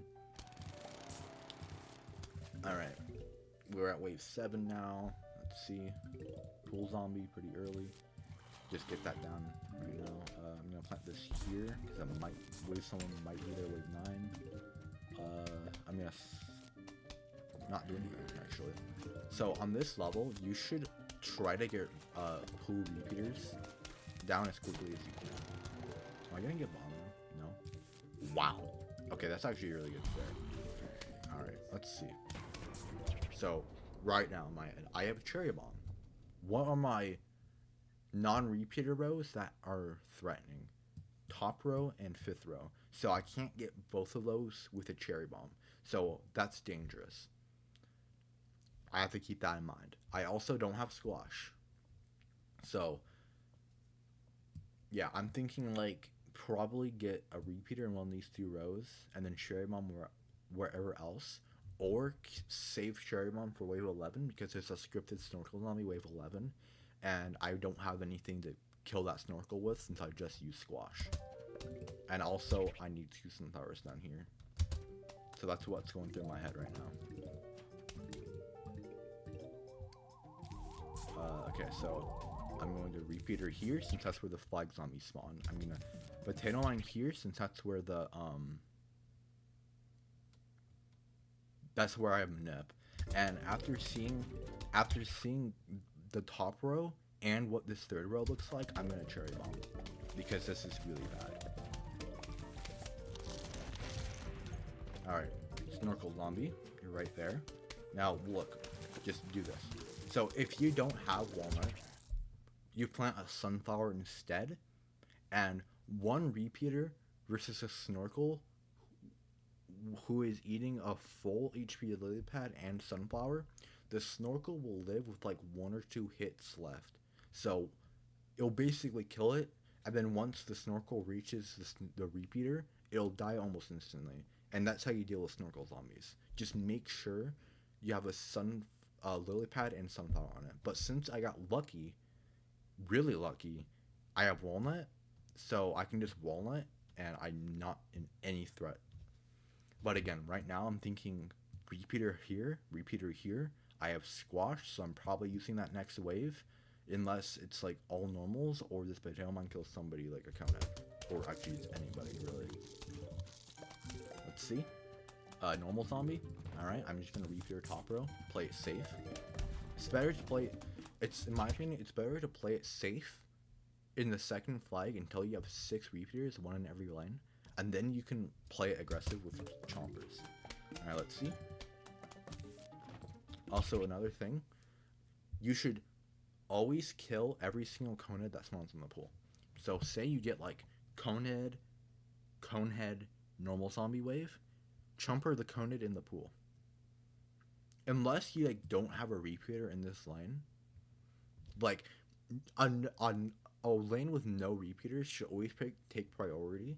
But if you do have a repeater in that lane, which you should, because if you don't have like at least this 5 by this point, you're in a dangerous situation. But I'm thinking I have this potato mine, so it's probably gonna go bottom row. Let's see. So I see this conehead in the pool. I'm just gonna do this, and I'm also gonna plant a repeater bottom row since I have the sun. Alright, let's do the next wave. Alright, this is very easy. So this is a thing you can do. Instead of like chomper in column 9, digging up the chomper and placing the potato mine, you can just do this. It's a lot less inputs. It's safer. Fuck. Okay. It's just better to do that.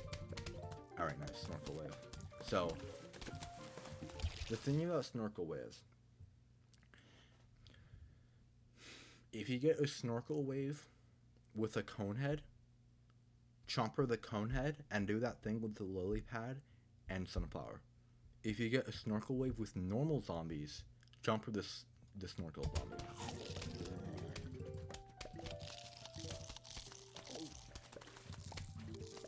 It's all normal zombies, so chomper the conehead, or the snorkel.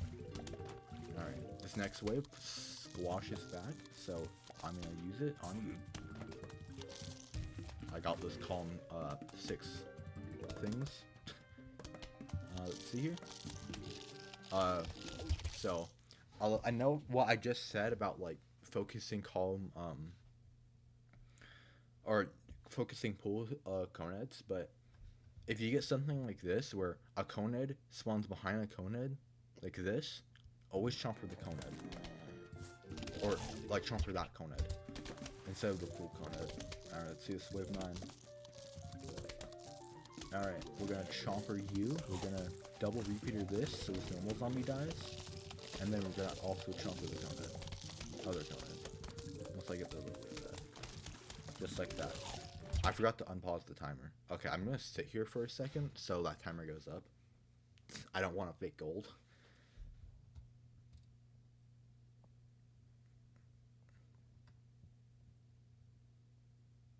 Alright, that's probably fun. Just place the potato mine. I'm actually gonna do something here. I'm gonna pre-plant a chomper here. Because preferably you want a cherry bomb column 9, because if you cherry bomb column 9, there's no threat of missing a super slow zombie that's like barely even on screen. But usually you'll have to cherry bomb column 8 because it's very unlikely to get enough far forward ambush zombies. So let's see here. No, I'm gonna walnut here and then just wait and get them to column 8. I'm going to squash bottom row, and everything's dead, which means I just need cherry, which I misclicked like 15 times. Alright, there we go. Alright, 3 flag time.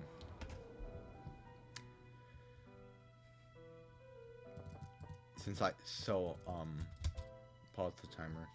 I got lucky, so I have a seed slot here. If you don't have 8th seed slot, you can drop Potato Mine and just bring this. Or if you're like weird and really hate no Potato Mine and really don't like kelp either, you can do this instead. No kelp. But personally, I just think that's really dumb. So, yeah. So I got lucky, so I can show up 8 seed slots here, which is lucky.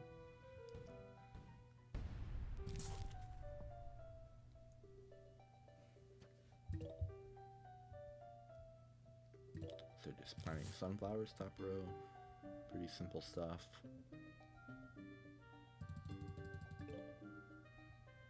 Hopefully I don't get top row so I can actually show off how you normally play it.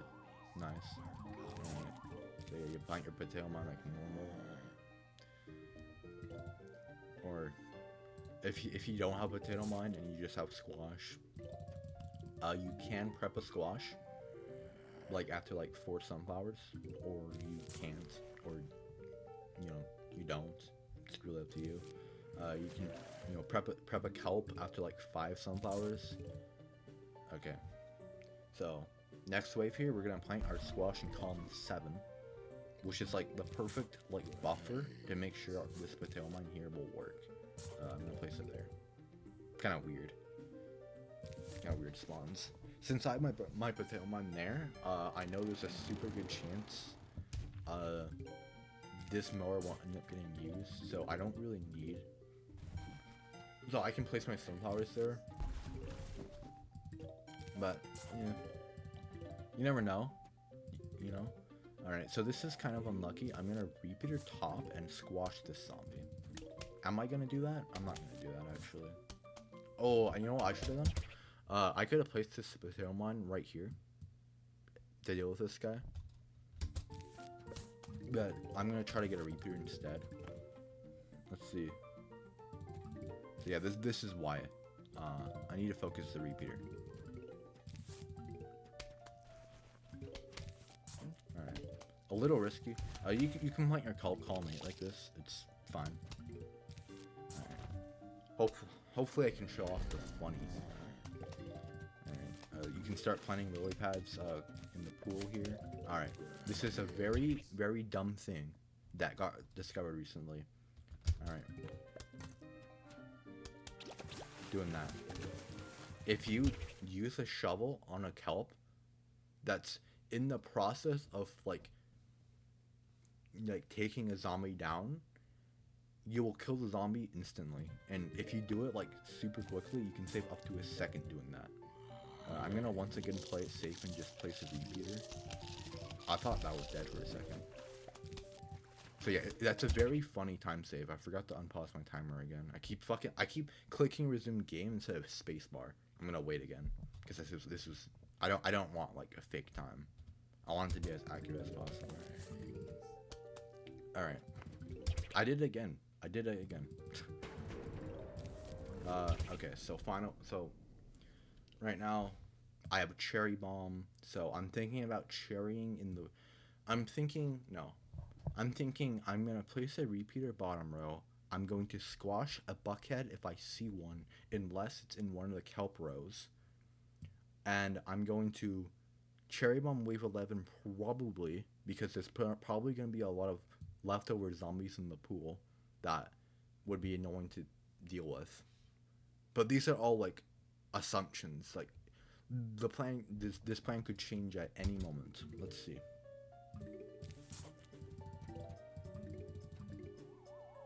So yeah, I'm thinking. Yeah, I'm gonna get you,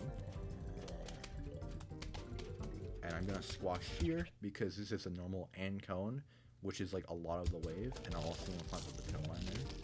Just the pool is completely taken care of, so now I'm not thinking about cherry bombing. I still might, but I'm not thinking about doing that. I can just kelp this guy, so that's gonna be my plan. I'm just gonna do whatever I want until then. I'm gonna dig it up to save time.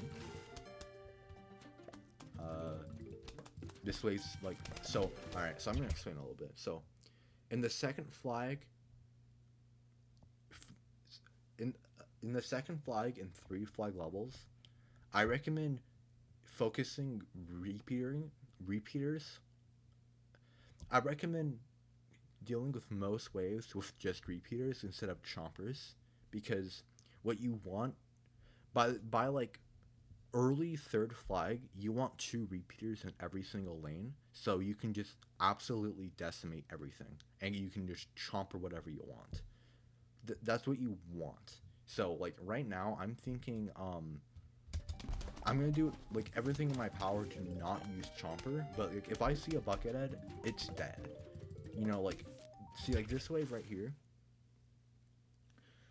2 coneheads and a normal. That's very like dense zombies. Like they're not like the health in the wave isn't spread out, and this row doesn't have a repeater, so I'm just gonna chomper you.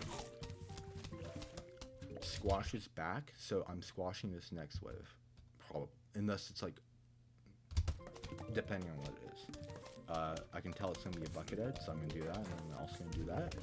So again, thinking like I need a repeater here soon.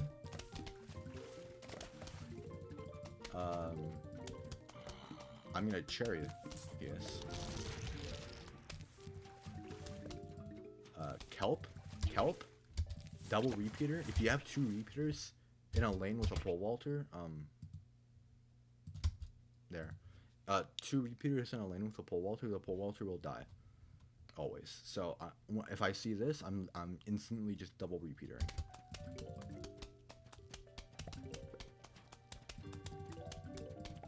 Let's see. Chomper, because 1, this wave is really bad, and 2, this chomper like basically gets the rule on its own and makes the pole vaulter jump. Although this is a little scary because I don't have a repeater in this lane, so this conehead is getting away with it, which means I'm full focusing on this repeater now. Yeah, and that chomper didn't get the rule, which was not too surprising. But you know that's just like a really bad wave spawn, so there wasn't too much I could do about it. Alright, here's this rule. So I see, look at this. Like, where's the health? You know? Like, this is a perfect example of a wave where just get another repeater down. Okay, I think we're at wave 19. Let's see. Yep, this is wave 19. We're gonna kelp, and we're gonna squash, and we're going to chomp. No, I don't want to chomp, actually. You could, but I don't want to. Alright, and that's the second flag. I have cherry bomb for the huge wave, and I already have three rows with 2 repeaters. And so the next thing I want is to get 2 repeaters in the pool lanes as quickly as I can, so I don't have to worry about Snorkel zombies. This is a very important thing. You really want to get 2 repeaters in each pool lane, so because if you don't, you can very easily get super overrun by Snorkel zombies. Like, it's very easy to get overran. Also, this is like the amount of sun I recommend. Like 4 extra in the pool, just like this. You can get more if you want, but that's what I recommend. Alright, I see a buckethead. I'm sure about it. Ooh, unlucky. There was another one. So, this guy is a threat who I will probably chomper or squash if I get an easy wave.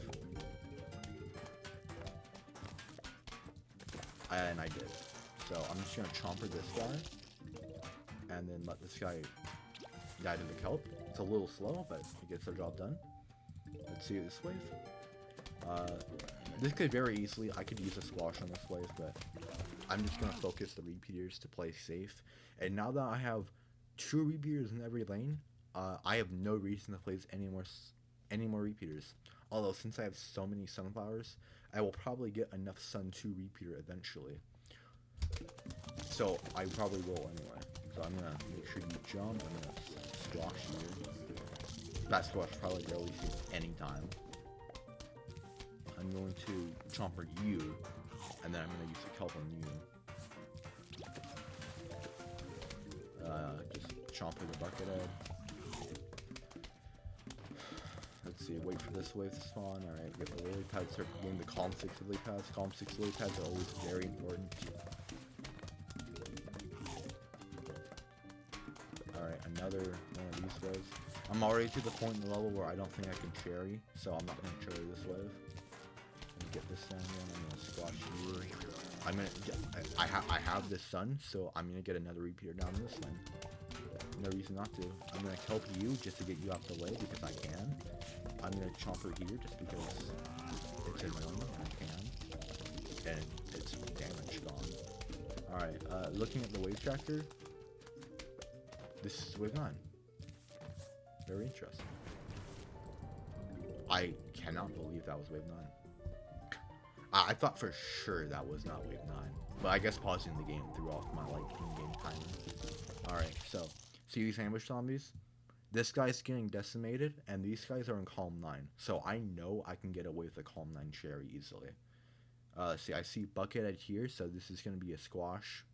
Is it going to be a squash? Yeah, it is. So let's see. Gonna cherry, gonna squash. Gonna chomper, and that's the end of it. I doubt that was actually that close to being a gold. I just fucked up with the pauses. You can buy rake here if you really want, but I recommend buying it on 3.6 because 3.5 rake is completely useless, while rake on, eventually once we get there, rake on 4.1 is a lot more useful. Alright, so 3.5. Every wave will activate almost instantly. Like within, it's like 8 seconds. I actually never mentioned this, but the minimum wave, like the minimum speed a wave can be is 6 seconds. So even if you get the 50% rule in like 1 second, the zombie will not, the next wave won't appear until after 6 seconds. So basically that means you have until 4 seconds to actually get the rule for it to still be like as fast as possible. I recommend just cherry bombing any football zombie you see. Okay, actually, I'm just gonna pause here. So, since, okay, the reason why you have until 4 seconds is because once you get the rule, I explained this a little bit earlier, once you get the rule, the next wave takes 2 seconds to appear. So say it's like 7 seconds has passed and I get the rule, the next wave will spawn like in 2 seconds after 9 seconds have passed. But on this level, every wave will automatically spawn after like 8 seconds. So if you cherry bomb a wave, you only save like 2 seconds. It's not that much. So the safest thing to do on this level is to keep 2 cherry bombs on the belt at all times for wave 9 and wave 19. And then like cherry bomb like whenever you get a 3rd cherry bomb. But I don't really recommend playing like that just because the odds of getting cherry bomb on this level is so high anyway that you can go down to 0 on like wave 7 and still good enough. So I have 2 cherry bombs. This level is like basically like if you want to learn how to count waves, this is the level. The only important thing in this level is knowing what wave you're on. Like basically everybody just counts, but you know I'm a Chad and I just know what wave I'm on.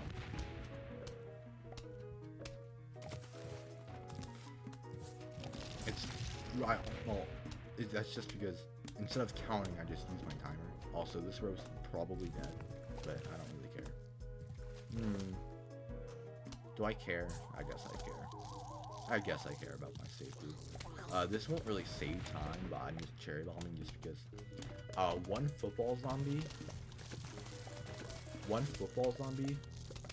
One pea shooter doesn't kill a football zombie, but 2 like this on bottom row does.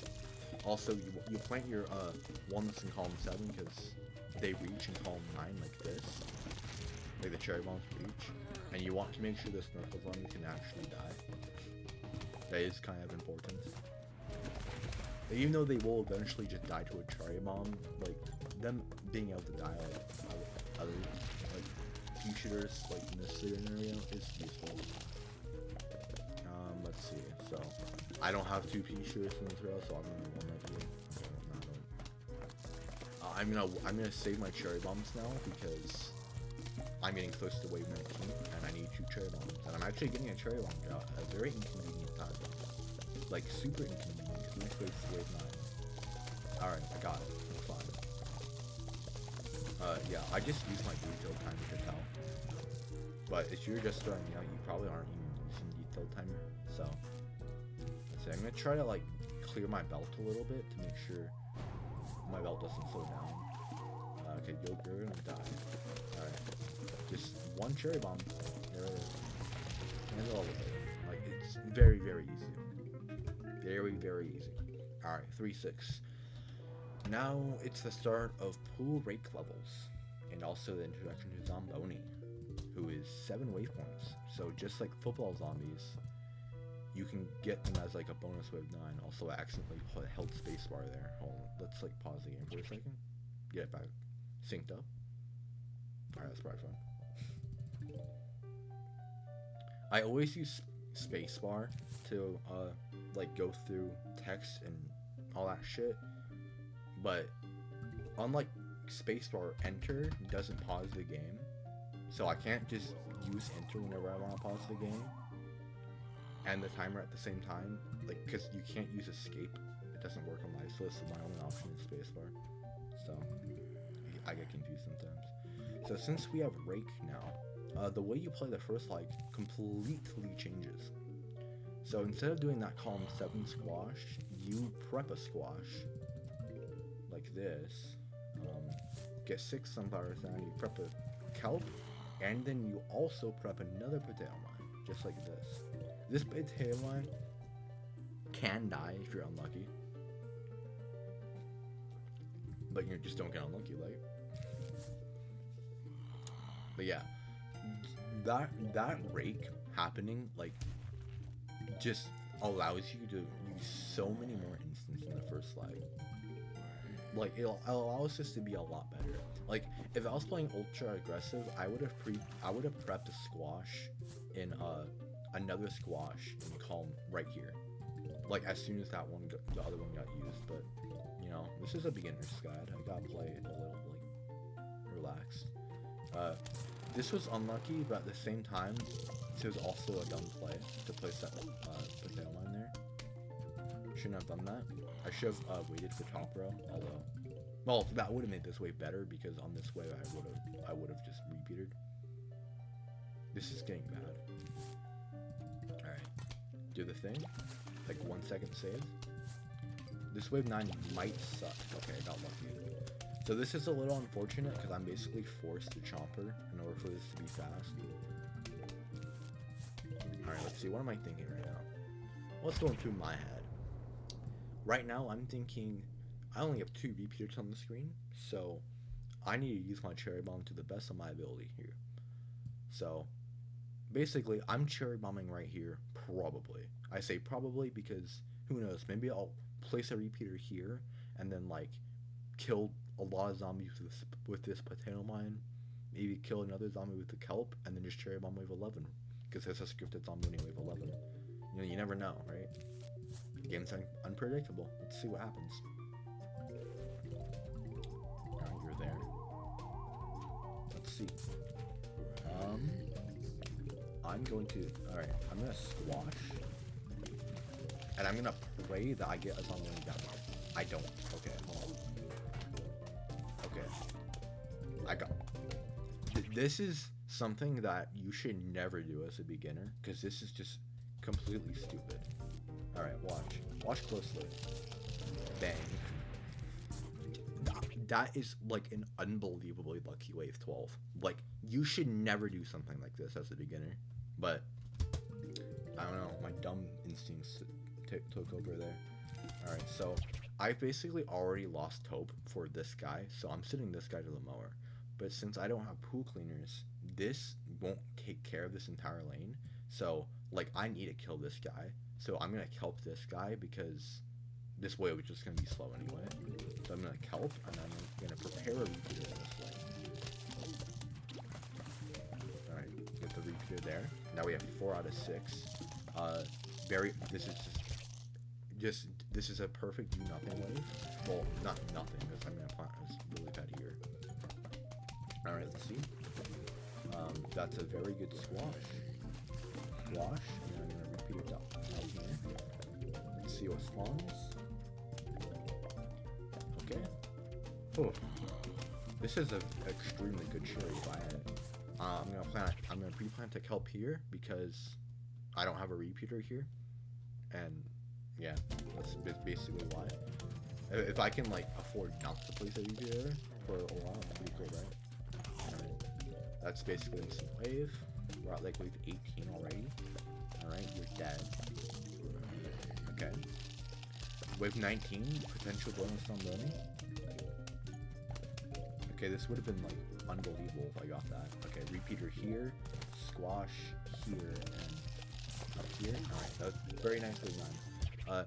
If planting this potato mine in time for the Zomboni to not run over it is like extremely hard. Like it'll basically always die if you get a potato mine or the Zomboni on there. So if you want, you don't even have to like try to get it to work, but I'm gonna get it to try to. I'm gonna try to get it to work. I've not been doing my. Okay, I'm gonna. This is a little risky because I have 150 less sun now. I'm probably chompering the Zomboni, so now like I don't know if I'll have the chomper in time. All right, again we just have to see what happens, right? Let's see that potato mine. Chomper. Lucky ambushes, so I can call him 9. So we're gonna call him 9 Chomper or Cherry, and now we're gonna wait for squash. Bang. Nice level. I placed that sunflower there because that guy that was all the way in the back was scaring me because he was probably not gonna get killed by the squash, and I didn't have sun for a chomper, so I stalled the front guys to get them lined up. Alright, so the first flag here is going to be basically just like 3-6 first flag, and then the next 2 flags will be like 3-4. I don't know what PV is looking like. I've been saving that. My PV got global gold 3-5, so yeah, very fun. My comparisons are great. It'd be nice if I sub 320 on the guide. So I don't like doing the column 6 sunflower on a 3 flag because I don't know, it's just something I prefer not to do. I'm gonna prep this squash because you know it's after 5. Okay, I got lucky. Could have just lost a sunflower. Prep a kelp.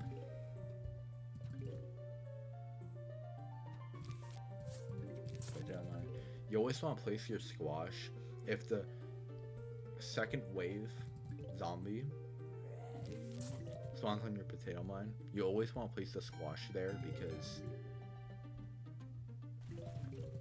the thought's coming. Because the zombie could just spawn there again. I'm gonna do this because I plan on placing sunflowers here, and the odds of getting another zombie here is super low, and I want this row for sun.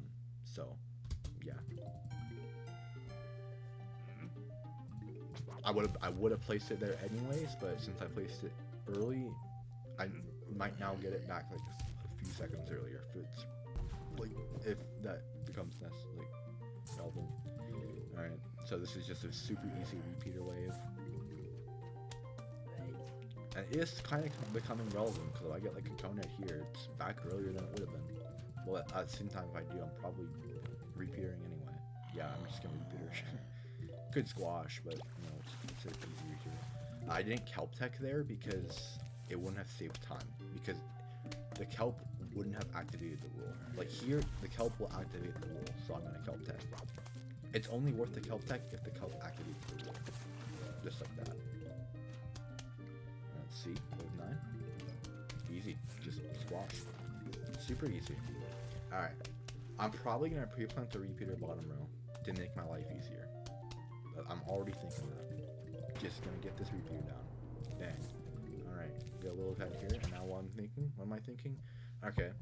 Potato mine top, I have a kelp here, I have a kelp coming back, so all my non-repeater lanes are covered, so I'm likely not gonna need a cherry, but if I get a buckethead that's like hard to kill, like if it's behind a normal zombie, I'm gonna cherry. That's kind of what's going through my head. The flag zombie dies to the dude. I see a Snorkel, so it's gonna be a thing. Nobody spawned on top, never mind. I'm gonna get a repeater down on one of these lanes quickly. I'm gonna play tail mine top because that's, you know, where I don't have a repeater. I have squash, so I'm squashing this next wave, probably. Yep, that's a very easy squash. Alright, I mean, I'm getting this repeater down right now. Actually, I won't if this is a buckethead. It's not a buckethead. Yeah, okay. See, this is a perfect... All normal zombies is a perfect repeater wave. Perfect. It's a perfect example of a wave that you just shouldn't really use. I'm actually gonna use a kelp here because I have a lot of body blocking. That kelp didn't save time. See? Like, see what I mean? Like, that kelp literally did not save time. Double repeated the cone because I had like that top row or bottom row. Yeah, I mean, yeah, top row line going off. Squash the buckhead instead of using chomper and then getting the repeater down top since this is gonna die, and I didn't have a repeater there. Kelp here. See, look, I'm gonna do this, and then I'm gonna chomper you. It gets the roll, and it almost kills that guy. Buckhead, so chomper, always. Alright. I didn't need it to be a cherry bomb, if I'm being honest, but it was just ugly. Kelp. That's basically just the roll. I don't think this is wave 9 yet. No. Alright. This is one of the best. This is the second best possible wave 9. Buckhead Snorkel is like the second best possible wave 19, like behind just a Zombo. That's super lucky. So again, what am I thinking right now? I need to get 2 repeaters in every lane as quickly as I can. So like for this huge wave, I don't have squash or cherry, so I'm hoping if there's a buckhead, I can chomper it quickly. I'm really hoping for a Zomboni, because that would just be like the world instantly. I don't get a Zomboni, but do I get easily killable buckhead? If there's a buckhead. I do. It's in my,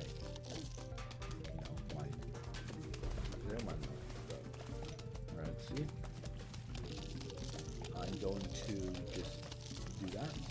And then do that because that's stupid. I wasn't planning on doing this. Alright, let's see. Just gonna kill you. Nice. Zomboning waves are super good.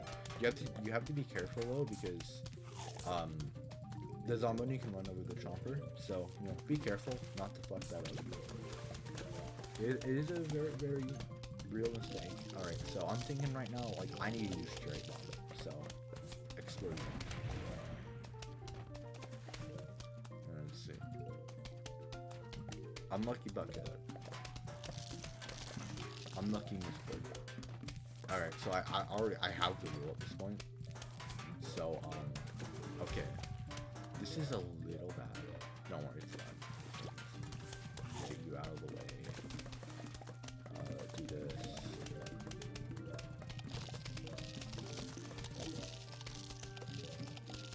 Is it wave 9? Is it wave 9? I don't know.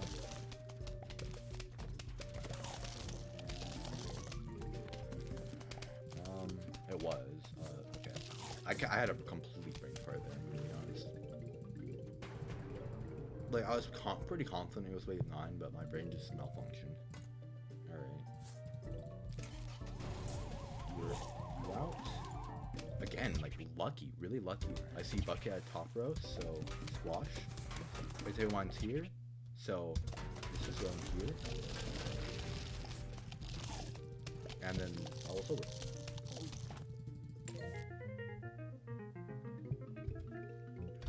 Alright, 3-8. If you bought the rake on 3.5, you have to buy the rake here, but I did not buy the rake on 3.5.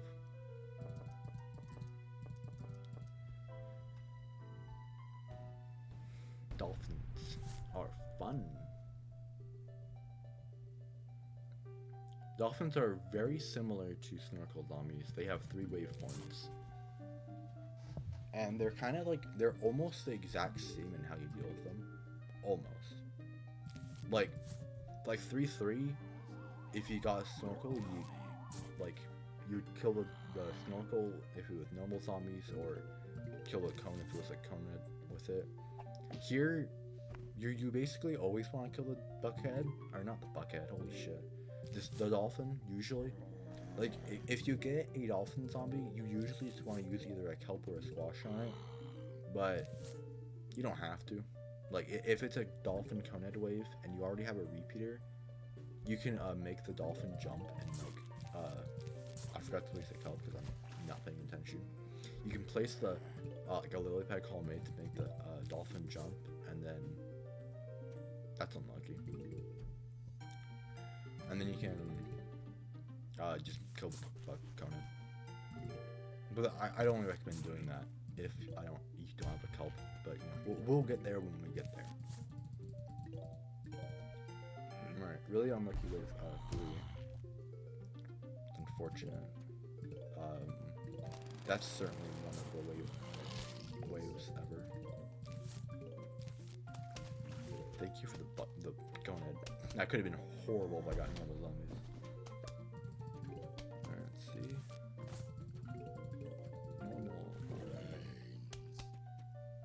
Normal. I don't know how I feel about this. Do that. Weird. Could be really good though. Maybe. Like bottom row, third row. There we go. Beautiful. I might put him on there. Get rid of you. This is a fast start. Alright. So just like how I'm always thinking here, I've almost already basically decided that I'm gonna cherry here because there's just really no better option. And since wave 11 is a scripted dolphin, and I know I have kelp, so I know I can kill the wave 11 dolphin easily. So I'm thinking I'm almost definitely cherry bombing. Right here. Unless this potato mine killed like everything. It didn't. So yeah, it's cherry bomb. And then we're gonna kelp, and then we're gonna repeat the bottom row because that's where the normal zombie is. And we're gonna kelp tech. We're not gonna kelp tech. Another dolphin, but look, I have squash, so I'm just gonna place the squash like this, and the squash will see if it's replanted. If it's not, it might not. It's funny. And a repeater, let's see. Okay. This isn't an amazing damage wave, but chompering here is a little too aggressive. And I am killing the normal zombie, so it's not that slow of a wave, you know? It's not that slow. Okay, I'm thinking I need a repeater down like now. Alright. This is, I probably wouldn't recommend doing this using kelp, not on a dolphin, but I do have squash coming back, which I'm going to use here. So if I get a dolphin next, no. Okay, I'm thinking right now, cherry bomb next wave, guaranteed. No matter what spawns, I'm cherry bombing here. And would you look at that? That's a fucking beautiful cherry bomb. So I used it wave 16, so it will come back for the final wave, but if these next 3 waves are super fast, it will probably be a little behind, but it'll be there eventually. Alright, I'm gonna...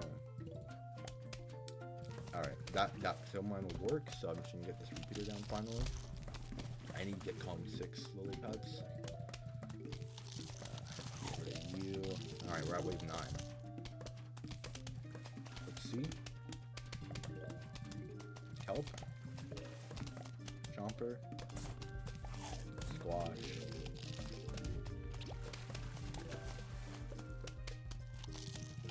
Okay. So, on this level, not only do you need to get column 6 lily pads down like normal, you also need column 8 lily pads because you need to make sure the dolphins jump.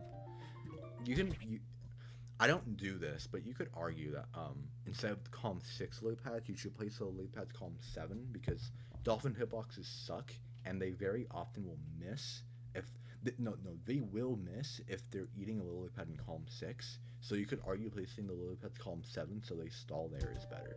You could argue that, but debatable. Let's see. You spawn there. Ooh, I misclicked. Okay. Kelp is coming back, so I'll be fine. Cherry bomb here. Kelp.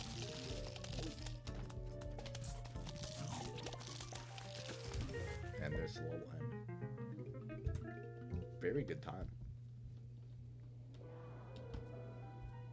Alright, we buy the rake.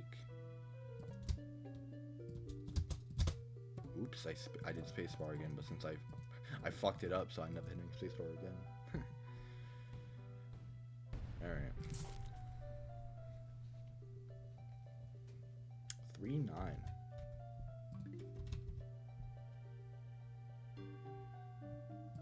You guys think this will PV? I can save 2 minutes in a row. I could. I mean, this will be completely invalid. Like, my real time is like probably plus 4 minutes. But it'll PV, guys. Alright, so just like what we've always been doing. Just doing whatever. Plant 5 sunflowers. Squash. I kind of like forgot. I was gonna show off like all the different strats. Or like plant selects. I actually just completely forgot. Because there's a lot of strats on this level. Whoops. Like for example, instead of cherry bomb, you can bring torchwood. You can bring cherry bomb and torchwood and no potato mine. You can bring jalapeno, no potato mine. Like there's a lot of options. Alright, let's see. Probably more value? Nice. God. So, like, these type of levels always make me feel anxious, man. Because I'm like, there goes all my sun. Okay, this is fine. I actually kind of prefer this. We'll squash top. So, I won't be able to place my sunflowers here. So, I know I need to focus lily pads quickly. That's a very bad spawn. Okay, this is like... That's just so bad. Again, actually, just why not? Alright. This is why pole vaulters are like bottom 5 zombies. Oh, I can show off the funny interaction with pole vaulters. Watch. Very funny interaction. It even killed the normal zombies, so I can plant shit down here now. I mean, the funny thing is, this isn't even slow. This isn't slow, but I have 1 repeater on the screen. And no cherry bomb. Alright, so what am I thinking right now? I'm thinking I'm in severe danger. That's what I'm thinking. Because I don't have cherry bomb. And I only have 2 repeaters. And I don't have squash. And I don't have a prepped potato line. This is about as dangerous of a position you can possibly be in. And has about an 80% chance of like being super bad. But hey, it could go well. They're in the same row. Fuck. Alright, mower. You're going to the mower. I'm gonna potato mine this guy. Crazy strats. I'm gonna potato mine you, so I don't have to deal with you. You die to the mower. So now nobody can spawn in this row, so I don't have to worry about this row. I'm going to kelp this cone there. I could have definitely gone away with just a repeater here, but it's whatever. I'm gonna cherry bomb because that's really dumb. I'm gonna squash. Oh, we always squash when you, if squash is on cooldown, always squash instead of chomper. Always. Let's see. I'm going to make you jump and double repeater. Oh, I probably should have done that fine. But, I mean, at the same time, this is getting the rule quicker. Okay, I'm in a very dangerous spot still, because I have 3 open spots. Alright, I'm gonna play this super safe. I'm gonna take the slow wave here and just wait for him to fall in the kelp. Thankfully with kelp tech, like, those type of waves aren't as slow as they used to be. Again, squash over chomper.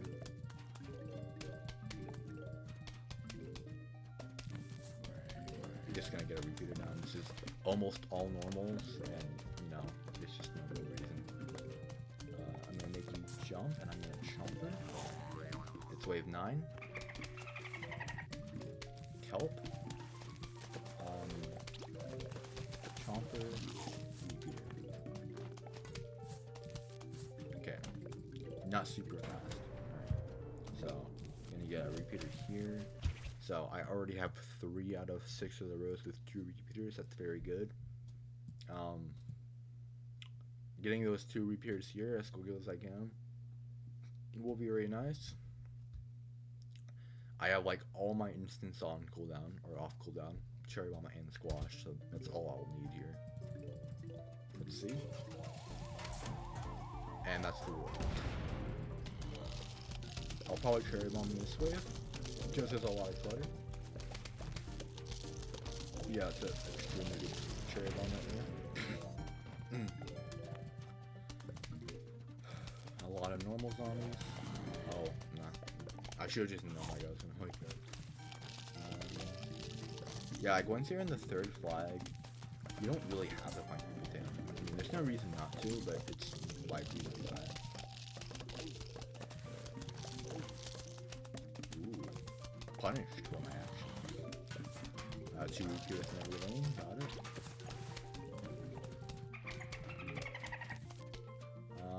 You know what? I'm just gonna let you live. Have fun. Let's see how much damage I do.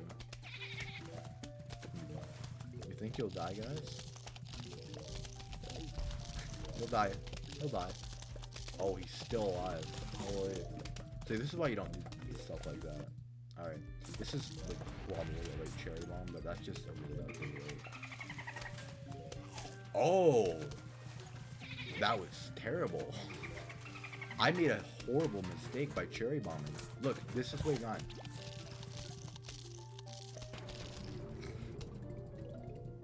The reason why I could tell that was a horrible mistake was because wave 28 and wave 29 are 10 wave points. So I saw Zomboss and Dolphin, and I know that's 10. So I knew that was 28 and was like, uh-oh, because that means I cherry bomb wave 29. Also, that wave, or I cherry bomb wave 27. But also, I literally just got like the best possible wave 29. I've never seen a wave 29 like that. It's insane. Alright, well, I basically just won't have cherry for this final wave, so let's see what happens.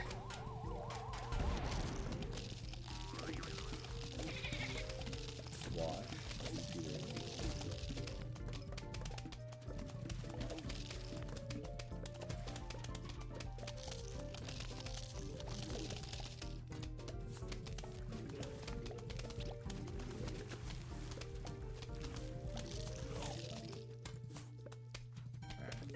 Yeah, mistake. Bad mistake. Don't do that. Do not do that. Alright, 310. Probably one of the most important levels to have rake on. Because of this. Just instant, but not instant wave 1, but like wave 1 dealt with pretty quickly. Just like this. Alright. Any 3-peaters? I have lily pad minute.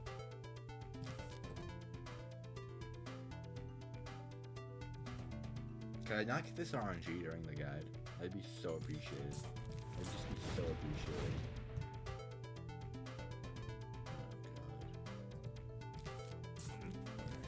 Oh god. Alright. Got a 3-peater. And alright, there goes the buckethead. Always use instants on bucketheads like that. And there's a wave that's never getting active. Well, actually, I was more.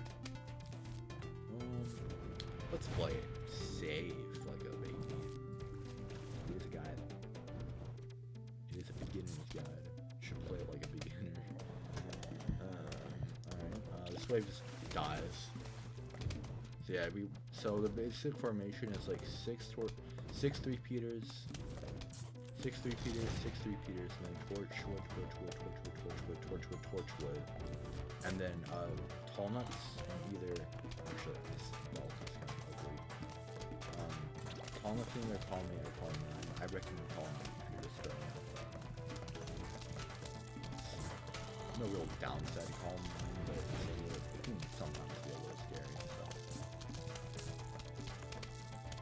So still a little unlucky at the start overall because I only have 1 repeater at this point, or Torchwood. The quicker you can get 6 Torchwoods, the better. Alright, I guess it's gonna be lily pad minute for now, but I do want lily pads.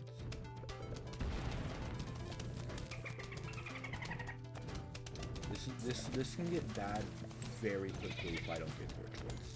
And I mean like very quickly. Like a lot of 3 repeaters is good, but Torchwoods are a lot better. There's 2. And there's 3, alright. They're coming along. Holy shit, 3 in a row, what the hell? That's crazy.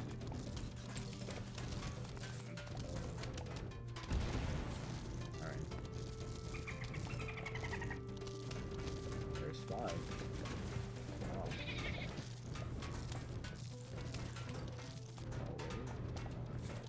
Because I don't want the belt to get full. You can place kelps here to like potentially get ambushed on these.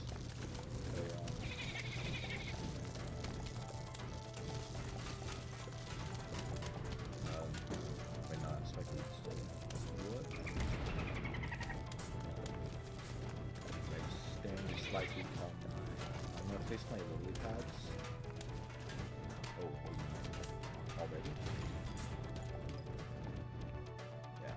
You want to place your lily pads in the pool, but also on the sides.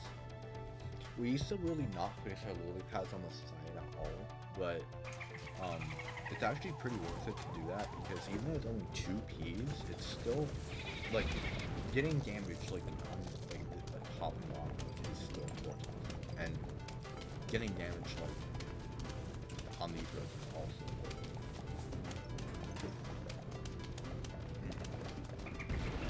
So, you know, 1 more Torchwood game. Still need that 1 Torchwood, eventually. Now, I'm just spamming my lily pads because I don't want to have multiple minutes.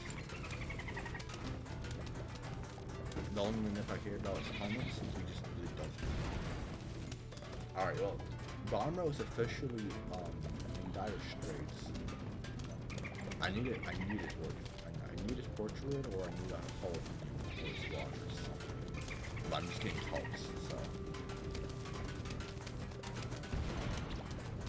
Bottom row is like, oh. It's probably wave 9, so a jalapeno would be cool. Oh no, but we'll get like a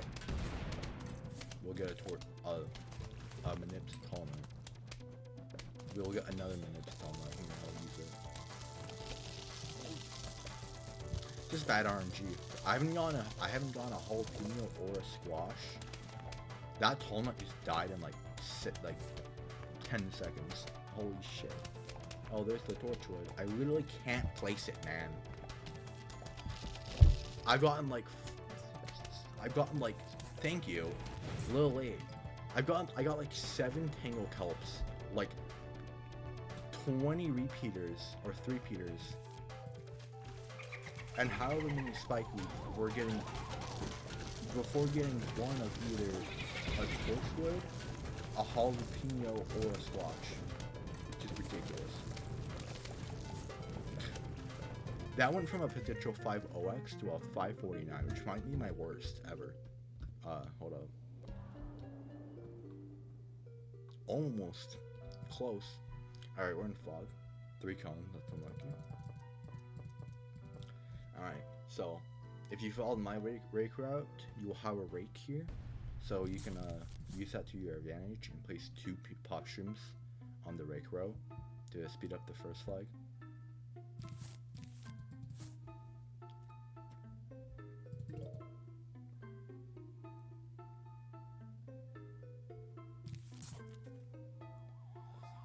Fog is... A lot of people say fog is like the worst part of the run. I don't know. It's not that bad, I feel. Yeah, you have to make sure you don't get bottom row. Like, you have to listen for the pop stream shooting to make sure you don't get bottom row like that. the zombie is there, so I'm gonna double here to make sure I don't get like. Okay, I'm gonna double here to try to be as quick as I can. All right, top row Conan. So what I recommend doing with your pop streams and fog, to like doing this will just speed you up so much. So where's the cone? Here.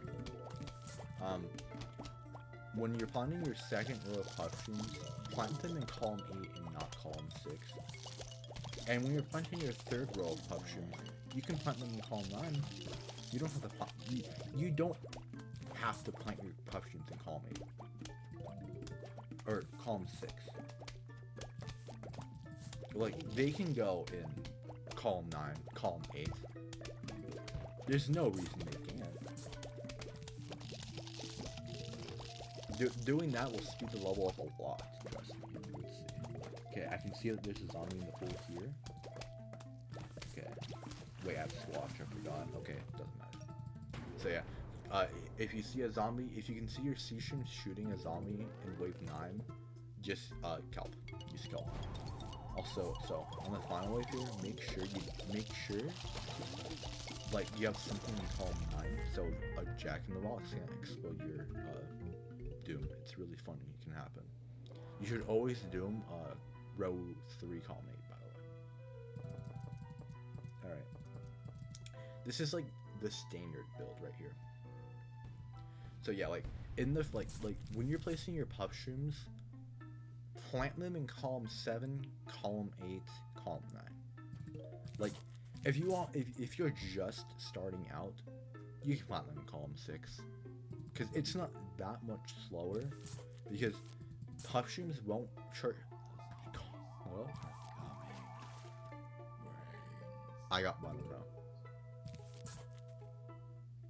See. So, like, puff streams in column 6 won't start shooting until the zombie is, like, halfway through column 9. Unlucky. Let's see. Yeah, spawn bottom row again. That's why I tried to double, but I got unlucky and it died. Like, column 6 puff streams won't start shooting until, like, they're in like here around. So basically you're waiting until they're like if you plant your puff streams like in column 9, then they'll start shooting instantly. If you plant them in column 6, then you have to wait. Like look how long I'm waiting. They're shooting now and the zombie's like already dead. Ooh. This is super unlucky. I just got a wave 6 pool cone. This is arguably the unluckiest spawn in vlog right here. Outside of like super bad like doubles. So yeah, I can like just right in their face column 9. I mean, it's not like I could plant them column 6 with those plantains, but you know, don't worry. Another pool cone. So something I recommend doing. People don't do it. I often don't see people doing it, but you should plant puff shrooms in the pool. Like a lot of people would just plant scaredy shrooms and sea shrooms in the pool, but you should do like this. Like making sure your pool doesn't fall apart is very important. Alright, now the second flag here is like actually pretty simple. The thing you have to always be making sure of is that scaredy shroom is off cooldown every single second. Like puff shroom, sea shroom, and scaredy shroom should never be off cooldown. They should never be off cooldown. I'm just gonna squash or whatever. I would prefer to squash the kettle, but I don't think I can't really do that quickly. I'm gonna Doom because I can. I'm gonna get this down. Just gonna do this. So like once you're like later in the level, like the column 6 spots that are open, you can just plant scaredy shrooms there. Because unlike puff shrooms, they will shoot from there, obviously. And just like on to 7, how you don't want to use hit mushroom after wave 15. You don't want to use squash here after wave 15 because you can get a bonus football zombie. Like, I'm gonna place a scary shooting deck because I can't. This is pretty bad. Football zombie? Nope. Alright, squash is gonna be here because that's the cone there. Everything else will die quickly. Pretty lucky wave 9, this is pretty good. Alright. So since I doomed here, I can't stop a jack-in-the-box from just walking here and exploding my doom. So hopefully this is spawn there. Good. So right there, I dug up calm the lily pad there because you never know if that lily pad is like actually like really low health and it could just fucking die. I've accidentally held space there. Alright. So, balloon zombie, we're just gonna ignore it. Just hold space or enter here to instantly skip, like, dialogue. Alright. So this is the only time in the entire game where we are 100% intentionally going to gamble on a 50% roll. On wave 7, there will be a balloon zombie and a normal zombie. We're gonna kill the normal zombie and hope we get the rule. It's like a 90% chance you do, because the balloon is the same health as a normal zombie, but the balloon counts as health, and it's like, and the balloon's like 1 extra hit point, like hit, I guess. I don't know. You know, so like it's like you have to get like a rule that's like 49% or worse. Alright, I can see him there. So usually you plant your first planturn after you're like about 6 sunshrooms, because that's around when they 4-star, which means that's when comrades start spawning, which means seeing is pretty important. So like here, instead of planting in column 6, I'm planting in column 9, because it damages a lot quicker, and gets the roll considerably faster. Alright, normal zombies. Just scan and make sure you always get sunshrooms. Yeah, like, even in night, like, I again, I just completely forgot to say anything about it in night, but, like, making sure you keep planting sunshrooms is very important. Let's see, where's the normal zombie? Oh, oops. So, like, say, like, 2-8, for example, like, I always see people just stop planting shit, or, okay, it was normal zombies. I always just see people stop planting sunshrooms because they get, like, scared because of the dancer. Just, like, don't, I mean, it's hard to just say don't get scared, because everybody gets scared by the fucking dancer. It's just a thing, like, you're like, oh shit, oh god. But, like, just make, like, in the back of your mind, just make sure you are planting sunshrooms, always. Like, it only gets bad to plant sunshrooms by the time it's, like, wave 8 on a 1 flag. But until then, you can just plant away. 3 count again, what's going on here? Alright, so no planturn this time, so first flag without vision is a little difficult. So basically, the only way you can really see is by planting scaredy shrooms. So we're gonna want to do that. We can also prep. I also probably recommend pre-planting kelps here. Bottom row, unlucky, 1 in 4. Although this guy seems to be actually slow, so I can easily double off it. Yeah, he'll live. So, yeah, usually once you get 6 sunshrooms down, you can plant like an extra 25 something, whether that's like a scaredy, planturn, or kelp. So once I get 6 down, I'm probably going to plant a kelp, and then start planting like scaries to see where shit is. So a kelp, gonad. I only hear 1, so it's probably bottom row. Yep, it's bottom row. So that'll be a nice easy row. I'm gonna pre-plant here, so if I get a gonad, I'll know where the next one is guaranteed. You're not shooting, so it's here.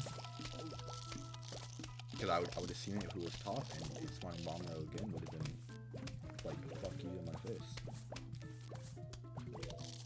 Let's see. Top? Again? No? Okay. Alright. So on this level, I recommend planting more than 12 mushrooms. Like, you can just plant extras, like, wherever you want, really. I don't, like, really recommend planting them in the pool. You can, because they're, like, safe and it doesn't take up scary spots, but kind of extra sun that you could use elsewhere that you kind of need. So, like, you know, like that. Okay, I can see the guy. That's nice. Just plant a few extras. And this isn't slow waves. I mean, that was like max gun, so I don't know why I'm shocked. Alright, so basically, once we hear a balloon, we can see. Alright, no seeing yet. So it'll be fun. Anyways, I'm thinking right now, like, probably protect it. So I'm gonna do that. I say not to call them 6 options on land, but in the pool, you probably should, because they get in range quicker. Okay, I actually need to see this guy. Alright, there we go. An excuse to see. Alright. Just get out. Any balloon waves would be pretty cool, you know? So, like, these extra submissions I place, I can just dig them up and I'm wearing them. Really use a single balloon on respawn. I'm getting shopless out for 3 slots RNG right here. Give this RNG in 3 slots. Oh, finally. Shit. Comp 6 security stream. Alright, wave 19. Oh, I almost got the perfect wave 19. You can get a dolphin and 2 balloon zombies. It's literally perfect. Alright. Wait to place the lily pad column 9, or in the spot, I guess. This is why. Alright, who likes puzzles? Puzzles in my any percent. Alright, so the first set here, you'll have squash for every single zombie. Just like that. Okay, here, you have to hold enter. You have to. Okay, hold up. So right here, I don't know the exact number, but I think it's 8 total zombies and 5 squashes, maybe. But basically this, if you squash 1 zombie, there'll be 3 left over. So you either have to kill 3 extra zombies or get doubles. So that's kind of what you're thinking, like, okay, I can get 2 of them here. I can kill you and I can kill you, and I know I can squash everything else. So let's see here. 1, 2, 3. Oh, that's a double. Everything's gone. Alright, if I get the dancer zombie in one of the front 2 rows, I'm sending it to the mower.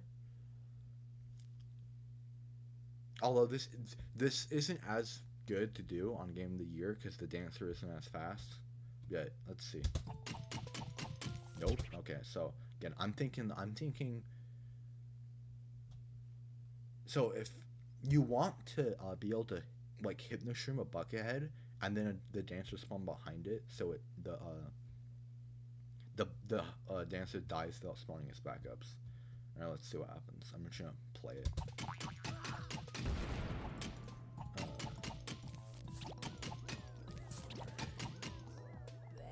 Okay.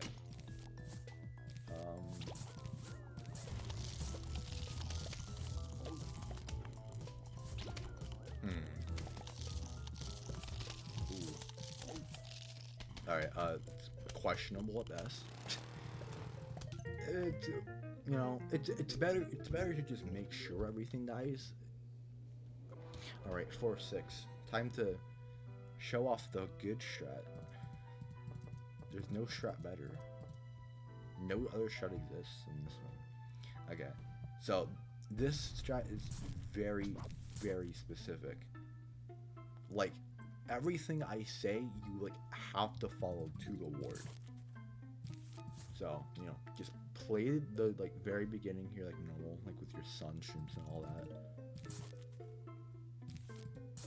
So, this strat is pretty dependent on good sun RNG. So, good sun RNG is good to get. If you want to be faster, you can double this guy. But, you know, let's play it safe. Alright. Make sure that sun is down. I can see this double happening, so I'm going to make sure this isn't bad. Okay, so you want to place your first plant turn after 7 sun streams, specifically 7, because you can get like your plant turn down after 6 sun streams, and the 7th sun stream not be down like late, but it's not guaranteed. Like I wouldn't have gone here, so that's after 7. Okay, now. So now you place 1 more, and now you save for the jalapeno. Now, you save up to 125 sun.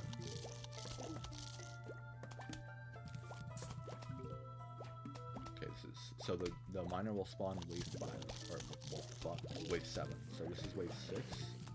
I'm thinking it's probably spawning here. Alright, 1 more. Bang, dead. And now we plant 1 more sunshroom. That's 9. No more sunshrooms. Now the reason why we're being kelp is because this strat is so tight on sun that if you use squash, there's a good chance you won't have the sun for the final wave doom. So we bring kelp because a pool cone at wave 9 is super slow, but kelp is cheap enough to 1, just be fast, and 2, like still like give you a decent chance of avoiding the doom. But we preferably don't want to have to use this. Let's see. See wave 9. It'll spawn. Alright, this is a cone almost for sure. Which is good RNG. Like, we're at the final wave now. But now we need 150 sun. Alright. It's close. Like, yeah, like I said, like it's close. Okay, I got it. If this miner spawns a bottom row, you have to doom row 4. Otherwise you will miss the zombie. But he didn't, so I won't. But you have to be super careful here, because you can so easily miss the miner. By the time he's about here, he's out of range. So you gotta doom when he's like at the backside of the plant turn. Dang.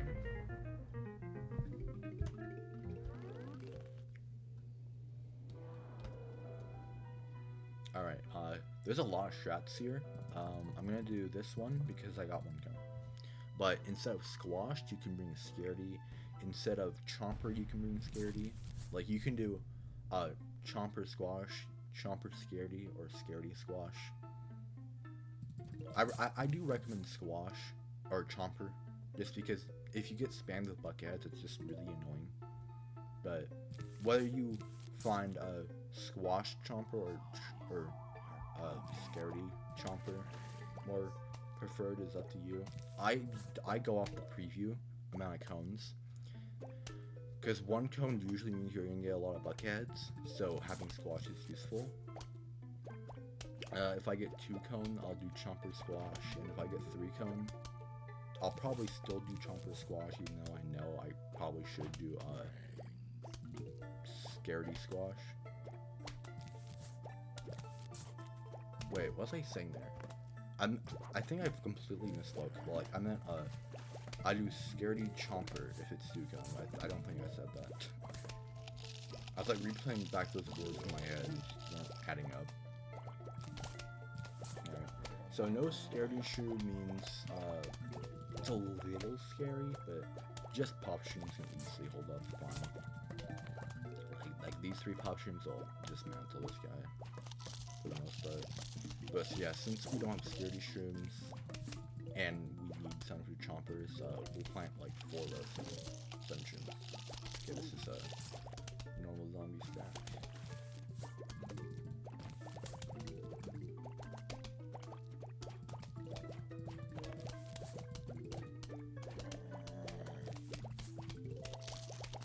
9's coming up, so I'm probably gonna squash. Yep. Squash you. 2 damage to you. And then get a lily pad here. Pretty good start. Actually, that's a really good start when you think about it, because that's the most scaredy shroom. Making sure the pool's nice and secured. So on this level, you want to save your doom for potential minor between waves 11 and 15. If it's 11 or 12, you have to doom, otherwise you can't get the rule at all, like, quickly, because you'll have to wait for the dumb minor. If it spawns waves 13, 14, or 15, then you can get the roll by just killing the normal zombie, but it's like a 50-50. Alright, I have 400 stun. I need to start going crazy.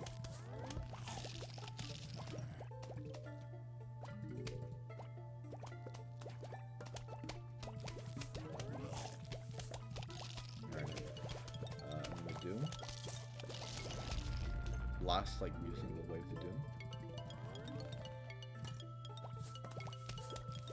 Now it's wave 16, so like minors aren't too much of a worry unless it's wave 19, obviously. Okay, getting these guys is like probably okay. You are okay. This is wave 18. It's not too bad.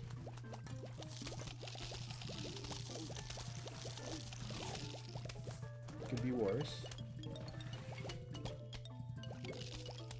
Okay.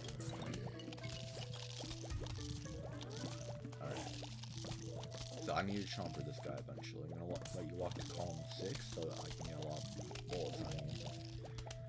Okay. So, let's see here. I need sun for this minor.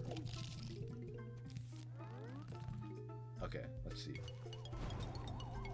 Bottom row, I have to use this Gloom-shroom in column 4. Row 4.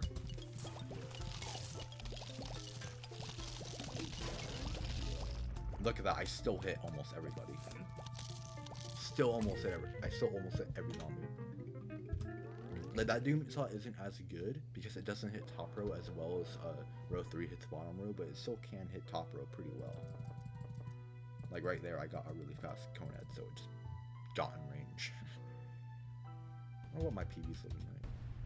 I think it's possible, guys. 317 BPT, guys. Okay, so we're gonna leave column 1 open so we can place a column 1 security shroom to hopefully kill the pogo.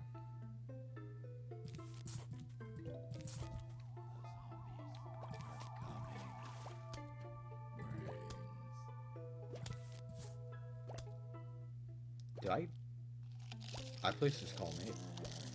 I accidentally did the strat. Cause like it spawned there again. Nice, cool. The top level strat is to place your third potion column 8, so you can tell exactly where the zombie spawns, and double puff the first guy if it's not bottom row. It's fun, but I'm not showing that off here.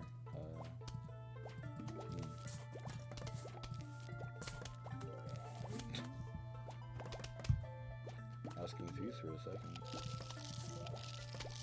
Oh yeah, I got 3 coming. It's kind of sad.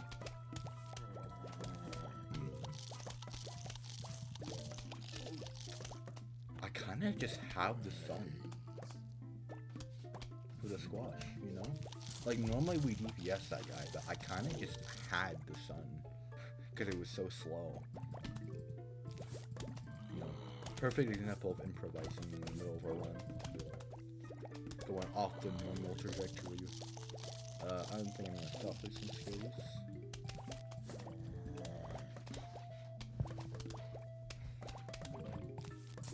Might as well just see. Unlucky wave 9. Because I have to do this, and then also like get the lily pad back for you. Alright, that was just really bad.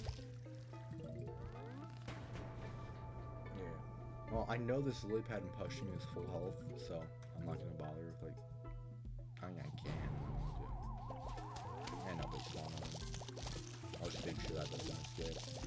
Yeah, whenever you have like sea shrooms, like a sea shroom on off cooldown on the final wave, just make sure a zombie can't escape. All right, we're gonna buy rake here because we want it for the next level, and it's not useless here also. Top row, so we're gonna do the same thing we did on 4-1 and double puff. Almost out of fog. Almost.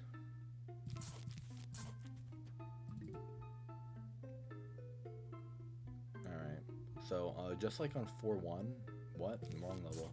4-4, we want to plant extra sunshines here, but this time it's like you really should, because you really need more sun on this level, because like before it was basically just for blowers, but now it's for blowers and magnets.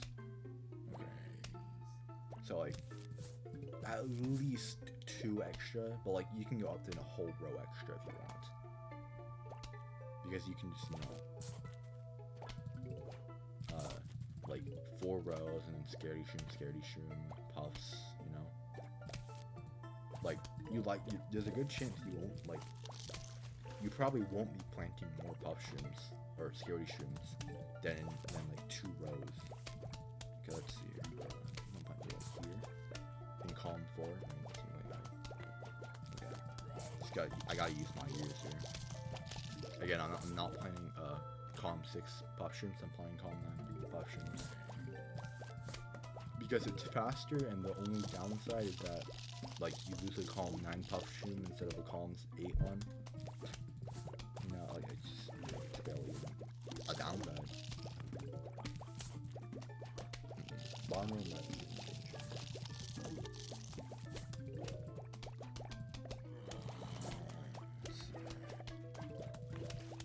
cool zombie, but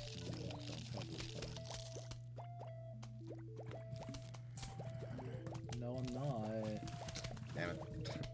Unlucky. I got a pool, wave 9 zombie, conehead in the row where I only have 1 thing. Yeah, unluckiest wave 9 possible. This run has just been so unlucky. It's had a few moments, but overall, some of the shit that's happened is like diabolical. The sooner we can see, the better. Especially on a level like this, just magnets. Oh, there's a bucket somewhere. I got it. Another one. It's bottom one.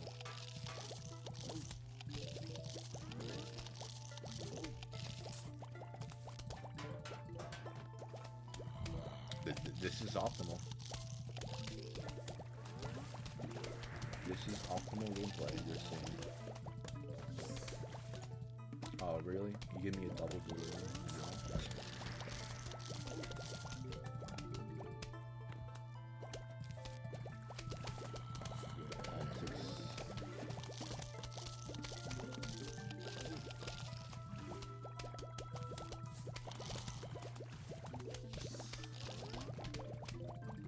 Okay, so no, I don't have to deal with these glooms on me. Magnet bucket always 6 priority. Alright, there was not a bucket up there. I'm gonna wait 1 wave. That's one. And that's really good. Wow. This would have probably been a gold if I didn't get a super unlucky with 9. Like this time is insane for that wave 9, because that wave 9 lost like 15 seconds at least 15 seconds. Doom? Would have been a gold. Undoubtedly would have been a gold. All right, 410. I've been like cursed this entire my entire career on this level. I've just never gone a good level on this level. This fucking sludge. Or a good gold. 435 is a good level, but it's bad for a gold. Alright. Well, it's 410. We want magnets, starfruits, you know, maybe not fucking sea shrooms again. Okay. Cactus. Good not dying thing. Okay, That's just look guys. Look at the scaredy shroom. You want to place the magnets on land. We used to always like focus them on the pool, but we kind of like came up with a new layout on this level that like it's just overall better because like you can overall get a lot more damage out on the screen. Alright, well DPS is looking pretty good, but I could really use a magnet. Magnets are super important. This is why it's like I'm just like dead. I'm not dead. I'm just like sitting for hours so I don't get anything. Trying to wait for lily pads, so I'm not getting lily pads.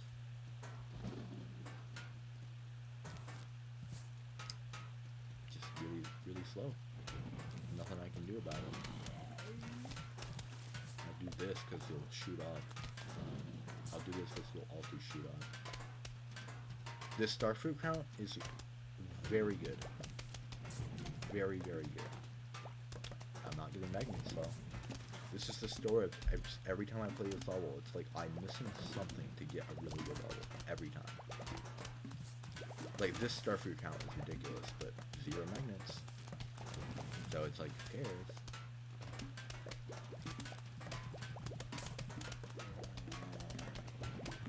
Like who even cares? Like I have 11 Starfruit. Who cares, man? You don't have lily. Like fucking. You don't have fucking magnet shrooms. But yeah, like, so you want to do calm 9 Starfruits here in the pool with pumpkins because you can do something called a Starfruit shotgun, which basically means when a Starfruit is shooting directly on top of a zombie, all 5 projectiles will hit the zombie. So it'll literally do more DPS than a Gloom-shroom. But normally it like instantly die because you know, Starfruits don't have a lot of health. But what happens if there's pumpkins on them and they fall on top of the Starfruits from the pool? Oh, I hear a balloon zombie that's not dying. That's not good.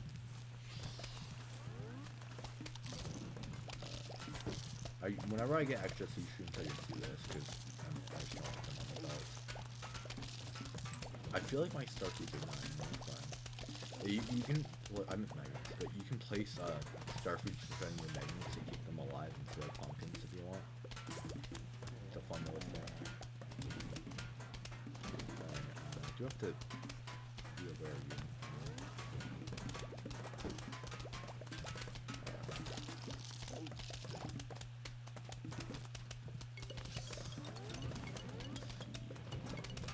Trying to make sure these don't die. Demon-nipping blowers. Where are my cacti top row? Oh, I'm just gonna pumpkin this guy. Let's get started there. I don't want to have him up there. Also, this guy. Why are you here?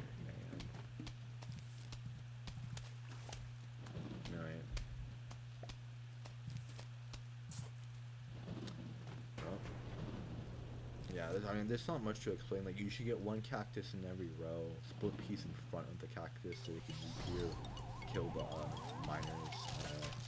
Like, this is like the layout you should do, like land magnets with Starfruits and doing, and like calm and stuff you can do. All that's important. It's not even sub 5, man. Holy shit. Actually horrible. Alright, I was hoping it could maybe sub 320, but RNG wasn't on my side. Alright, it's roof time. I'm going to pause the timer because I'm just gonna go through like every single plant selection there is. So there's 5 plants that you should basically always bring. These should never not be on your seed select. However, after this, I don't like. It's up to you, really. Like, maybe you want cherry, squash, potato man. Maybe you want Popshroom instead. Maybe you want Chomper. Maybe you want Starfruit. Maybe you want like this. Maybe you want like this. Like, it's really up to you. This is what I do right here. So many variants. You can mess around with all of them, really. But I've grown to like this because like I used to always bring Starfruit, but I never use Starfruit. It just never gets used usually. So then I decided to start bringing Cherry, because Cherry at least can sometimes be useful. And then like Potato Mine instead of... I used to bring Popshroom also, but I kind of just switched to Potato Mine because... I don't know, I just felt like it. But it really doesn't matter in the end, as long as you have these 5 plants, nothing matters. But anyways, I'm gonna like kind of explain how I play this level. So... I place 5 sunflowers and then my first cabbage roll. And then for the third wave, unless I get in the same row, I place 7 sunflowers and then another cabbage roll. It's very specific. And then preferably I get up to 9 sunflowers before doing anything else. So 9. Nice. This is good. Normal zombie waves, and one of them spawn in a row that already has damage in it. Very good. Alright. You don't like really need more than 10 sunflowers, but I'd probably say it's recommended. Alright. Next wave will probably be a Kona, and I'll use jalapeno. It wasn't. That's awkward. Alright, I guess I'll save jalapeno. I can use it wave 7. It'll still be pretty good. I'm gonna try to speed this wave up a little bit by doing this. Okay, so I'm gonna sunflower. I'm gonna get a cabbage foot bottom row to make sure I just have damage in all my rows. There's a Conad, I'll use jalapeno. You can use jalapeno as late as wave 8 and it'll still come back for the final wave. Some people might say that it's even worth it to use it on wave 9, but I kinda disagree. Depends. Like, if you have no damage in a row for whatever fucking reason, you shouldn't. But if you do for some reason, then you can. Okay, it's wave 9, so I'm gonna repeater this guy instead of just like quickly placing a pea shooter to try to get the real quickly, since there isn't any rule to get. It's just kill the guy.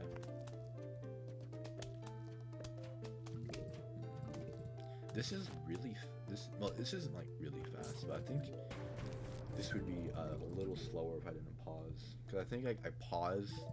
I don't know. I think it was like a 3-second like faster thing. Alright, let's see. And go here and pop it on one of these rows. Alright, so I'm gonna squash, get cow, this, and then jalapeno here. There we go. Pretty good level. Alright, now we get to the fun levels. Alright, we're gonna rake and Gloom-shroom. We can't use Gloom-shroom yet, but we'll get there. Alright, it is time for Starfruits. The most wonderful strat of all time. Starfruits are pretty hard if you're starting out. They're like very complicated because they shoot all over the place. Like, they don't shoot just straight. You know, it's complicated, but you know, I'll do my best to kind of explain what I do.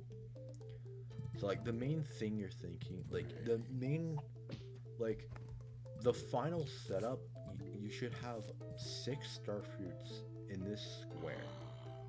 Like, that should be the minimum setup. 6 Starfruits in this square, which like basically kills anything.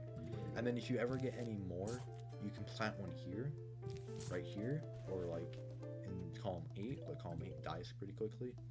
Alright, so I repeat plant a flower pot in hopes of getting either here or here, potentially. And if I do, I can instantly place the Starfruit, and then I can get a lily pad down here and put down one, just like that. Even if I can't do this, I still place the potato mine, But doing this is a lot better because then I can easily like stall this guy and I'll get the roll guaranteed. But yeah, it shoots out agonally weirdly. Like, okay, so this Starfruit will start shooting in this row when the zombie gets in column 8. Same with top row. It'll shoot like here and here anywhere once they get in that row. Like say a Starfruit here will shoot like column 9 to like here, top and bottom, and then it will shoot like column 8 here and here, row 2 and row 4. Again, it's complicated. It will probably take a while to learn. Alright, so now it's very simple. If you get a Conehead, you use an instant. If you get normal zombies, you get Starfruits down. Alright. Also, yeah, like this guy, for example, shoots here in column 9. Normal zombies, it's instant anyway, but I'm gonna get a Starfruit down. This is like the Starfruit spot. Like this should be like your first priority Starfruit right here. Going at it again, so I'm gonna jalapeno. Eventually. Alright, jalapeno. I'm gonna pre-plant a flower pot in the wrong spot. Whoopsie. Okay, this wave is a little awkward. I'm still gonna squash just because this guy's really annoying and will kill a Starfruit. I'm also gonna plant the flower pot here because I can plant a flower or a fucking Starfruit there. I'm gonna not kill this guy because I don't want to use a chomper and he's getting hit a lot and this will activate decently quickly. And it's wave 8 already, so you know. And then wave 9, I always really like to use wave 9 cherry bomb. Unlike in pool where I hate using wave 9 cherry bomb, I really like using wave 9 cherry bomb here. Wow. Wow. Okay, I'm gonna jalapeno here. And then get a Starfruit. Alright, so again, like, I'm trying to get this the 2x3 square. I'm 1 away. Like, this is, like, probably enough, but this is, like, insurance. Like, if I get that, I'm fine. Alright. Squash, instant wave. Like, the whole thing with this strat is, like, pot. So, you should... The most important thing is flower pot management. Like, you need to, like, constantly be, like, right on your, stuff, you know? Okay. So, pole vaulters are fun. They get absolutely blasted by Starfruit.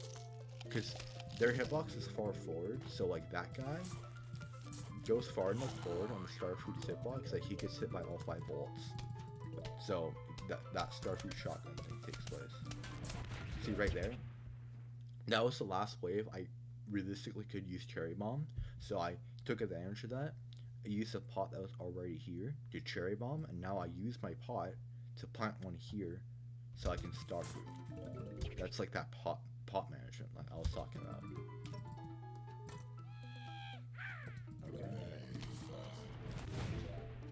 Okay. So now I have like these Starfruits here, so now all I'm thinking about is getting the next wave's 50% roll as quickly as I can. That's all I'm thinking about. Dang, squash. Almost instant. Almost, because this wave's questionable. This pole vaulter gets absolutely blasted. Alright. A perfect wave 9 would be a Bungee bucket. Thoughts? No? Okay. I'm gonna make you jump onto a Starfruit. Chomper you, and then I'm gonna have... I had a Starfruit here, but I didn't see it. Okay, this is a little bad. By a little, like, kind of a lot, but... I may do that Starfruit shotgun thing and get unlucky. Depending on the 50%... Depending on the global cycle... Oh yeah, I guess I never did explain this, but it's probably obvious. When you plant any firepower plant, it has, like, a random delay for when it can shoot, and that can vary by like 2 whole seconds. So when a whole full HP normal zombie will die from 2 Starfruit shotgun hits, but if you place the Starfruit on top of the normal zombie, sometimes the Starfruit will take so long to shoot that it'll only shoot once and it'll die. Alright, anyway, so on this final wave, I'm probably cherry bombing here, and then I have a potato mine top row. So I'm digging up a flower pot here, so I have an open flower pot where I can jalapeno. So hopefully cherry bomb dies, and then jalapeno. And if top row doesn't work out, I have squash. Let's see. Alright, change of plans. We're going here. This was a good change of plans.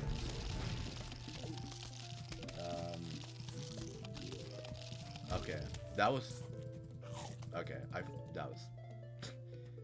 I cherry bombed too quickly, apparently. Oops. That was bad. Too many coneheads in the first leg, and I got like one buckethead. Alright, it's literally the same thing, except there's no like pole vaulters and bungees and scary zombies. So it's just a ladder zombie. Close to the end.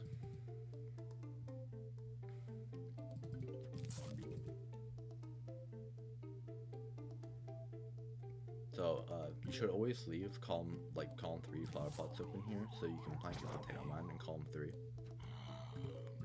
It's a thing.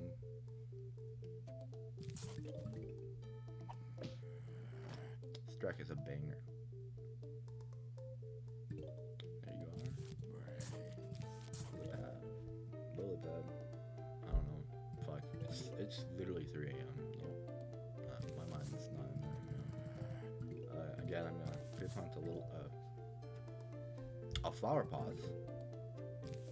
Zombie spawned here, so it's kind of manipped away from this row. So like here's decently likely.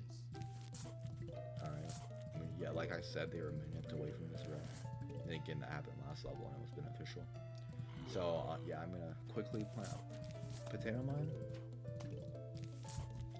I won't be able to get this flower pot down in time to stop this guy, but I can do it here instead.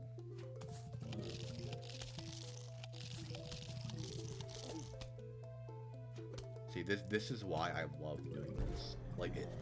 It's just an extra potential instant. I can just kill everything. You know? All right, one easy normal zombie wave is always really cool. Do this.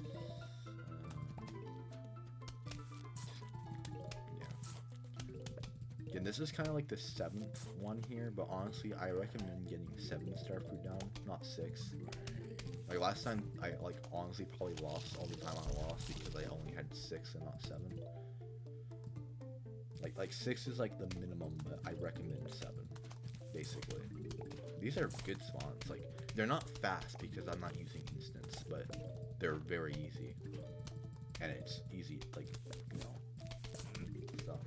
Okay, I'm likely to get middle row, which means if it's a conehead wave 9, I'm likely to be able to cherry.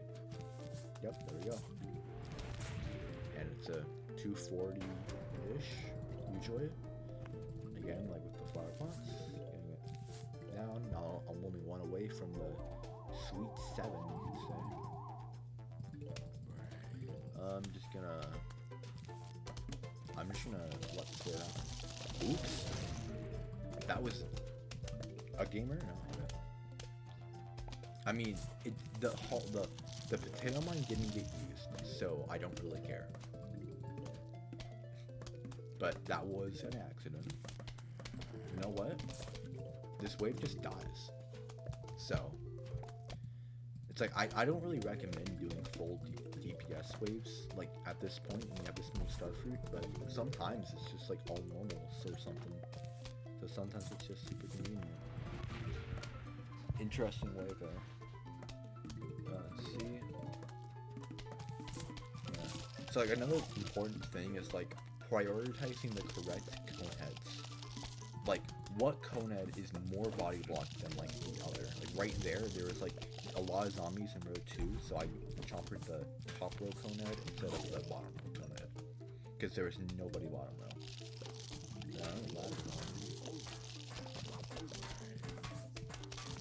I can click buttons. Alright, wave 9. That's a very easy wave 9.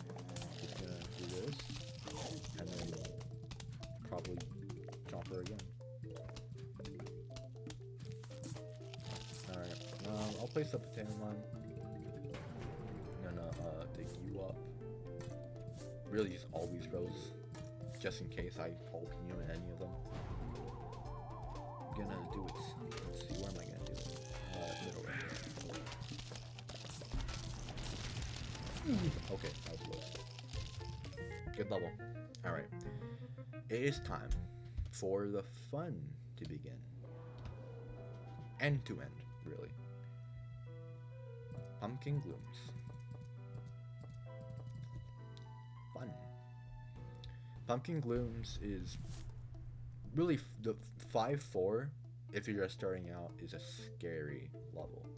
Like, because you can easily die to pogos. I've never died to a pogo zombie. But, you know, if you're just starting out, you can easily just die. But I'll try to explain, like, how you can, like not get a horrible, like, I can, like, explain how first leg, like, you can make first leg and not go terribly. And then, like, not die to pogos in the second, third flags. Alright, so the first leg here, we're gonna let go 2 zombies. You want to pay attention to where the next zombie spawns. I mean, this guy's like okay, I know he's in rows 2, but it's like, it doesn't matter too much, but the next zombie does matter. Because, depending on where the, actually, you do want to pay attention to this guy, because if the third zombie spawns middle, then you'll go off of the second zombie, but preferably you go off of the third zombie. Alright, let's see. Where is he? Second row again, alright, so, since the zombie is in one of the top 2 rows, so I'm going to set up my gloom right here. And I'm going to set him up after 9 sunflowers. Gloom first before coffee bean to get the cooldown going. Now, if you want to play it super safe, you can pumpkin first, but I'll be fine. I'm getting sun, clearly. I'll be fine. Alright, so top row here. So this is when it gets a little, like, scary. What do you do? Like, do you fume? Do you squash? Do you doom? I'm thinking squash, but I'm also thinking maybe fume. But we'll have to wait. Let's see. I'm gonna fume. I fume for now, at least. I will probably doom, like, next time it's back. Well, I have squash back, so. Okay, that was a very worthwhile feature. Also, I'm getting this pumpkin down now, so I can kind of have it back. Alright, this is like this is really good RNG so far. So, okay, so it's either Doom Wave 9 or I set up the Gloom as quickly as possible. Okay, probably set up the Gloom as quickly as possible because this guy is really cool. I could very deeply regret doing this. Just don't get the counter growth too. Nice. A little damage. Okay. So yeah, see, like that's a slow first flag, but it's a safe first flag. All right. So now the next. So now it's basically don't die to pogos. How do you not die to pogos? It's very simple. Be super scared of them until you get 3 gloom up. Okay, I don't hear a pogo. Okay, so basically, you want to make sure you always have your squash. And if you get a pogo, squat, and then squash, and then get another pogo, you can just use it, do it. But, if there are 2 glooms on a pogo, it will basically always die. So you don't really have to worry if there's 2 on it. So basically at this point, I only have to worry about a pogo if this one's top or bottom. But, if you get 2, if you get a fume in the top or bottom rows, like this, column 5, so let's see, two fumes or glooms, and it's dead. Like, if I have a fume here and here, the pogo zombie could die before it before it passes the fume. But if you get 2 fumes like this, then it will always die. So this is kind of what you want here. Anyways, let's see, this is probably wave 8. So next wave, we want to doom, unless, no, okay, we're gonna doom wave 9. And we're gonna miss top of the zombie. Oh. I thought he was out of range. Alright. So now I'm fully protected from Pogos. I can't die to Pogos at this point. Normally squashes can't reach from column 9 when there's a pumpkin, but football zombies hitbox far forward, so it does reach. Anyways, so this next doom, you could place it here, but I'm gonna place it here since this doom is just as good as this doom, but it doesn't reach here, so it's not a very good final wave doom. Speaking of final wave, you need to make sure you have a flower pot in every single one of these rows, because the final wave doom is gonna go here, and the final wave doom will hit column 5. However, don't worry, this is fine. I'm being stupid, but it's fine, don't worry. I'm being really dumb, but I'm alive. But if the zombie walks like 1 step, it'll be out of range. So yeah, you gotta be a little careful. Also, this is wave 8, so I'm just using my extra doom now. And then wave 9 doom.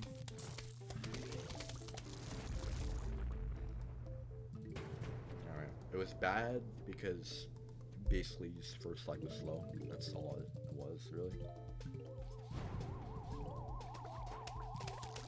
Alright, wait, like right before they finish falling down is usually a good timing for that. Alright. Worst level time. My finger slipped off the button, that was funny. 5-5. I honestly don't even know what I can tell, like, for this level. Like, this level just sucks. It's horrible. Everything about it sucks. I can tell you that I don't think my preview here is pretty good. Like, all I can really tell you is that if you get a 2 bucket preview, that's very lucky.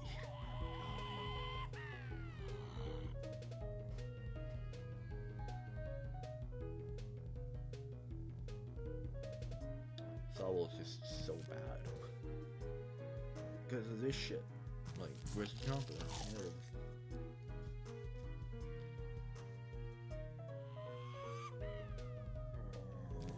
Alright, I don't want even a cherry bomb, so I'm just gonna do that. I guess, like, just this thing I can say is, like, try not to die. Second chomper in a minute? Yep. Like, do everything in your power to just not perish.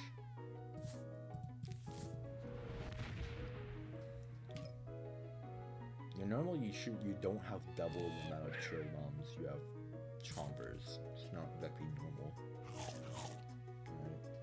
Right. Buckheads are very good. You're guaranteed to get the roll if you chomper a buckhead. First leg. No matter what, unless it's wave 9 because you have to kill everybody. Ooh, did I get lucky? Nope.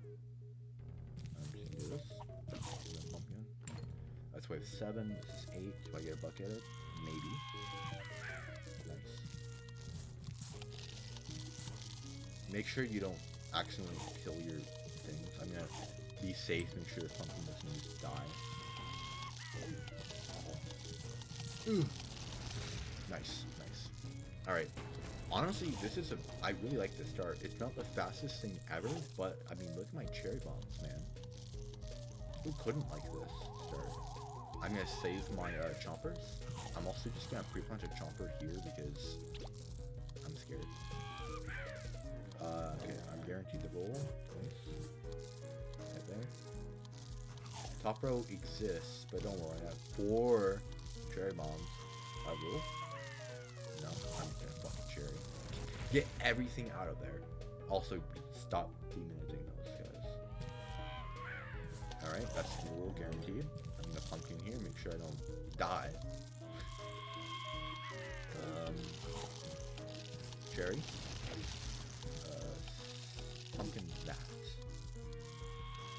See? No, I'm gonna cherry. Or chomper. Now I'm gonna put chomper here, so this ladder is gonna be stupid.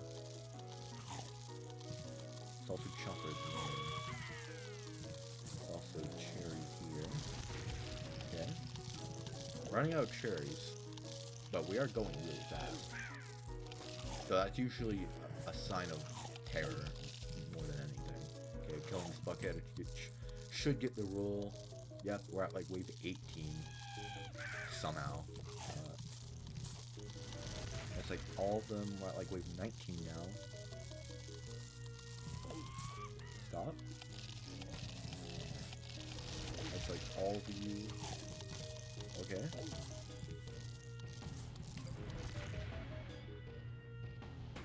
It'd honestly be so just fitting if I gold 5-5. Like the only gold I get in the entire run gets me the 306 in the best that I've been wanting. I'll place this pumpkin. Try to get a second cherry before I kill them now. Okay. Okay. Just need a cherry. I have a lot of manip here. I am manipping everything. And it doesn't matter. Because why would it? This happens like every single time you play this level. Like you get to the final wave and you just get a unbelievable drought of cherry bombs. It is like frightening how common that is. Alright, now it's time for an easier pump or gloom. Garlics. So first thing you do, type feature. What feature will do is it'll put on epic cool glasses on the zombies, which has a fun side effect of making it to where whenever they bite a garlic, they instantly move instead of doing like their little bleh animation, which takes like a second or like half a second. So it's pretty fun. Alright. Garlic, the way I play Garlic-glooms is pretty specific, so you might have to take notes. Alright, so obviously just squash. Alright, so we're always gonna place our little why is lily pad just in my like vocabulary right now? We're always gonna place our first gloom here. We're gonna place the first Gloom-shroom after 7 sunflowers specifically. And unlike when doing pumpkin glooms, we're gonna wake the fume instead of placing the gloom first. Because if you get the zombie middle row, the third zombie middle row, the fume can just get you the like roll.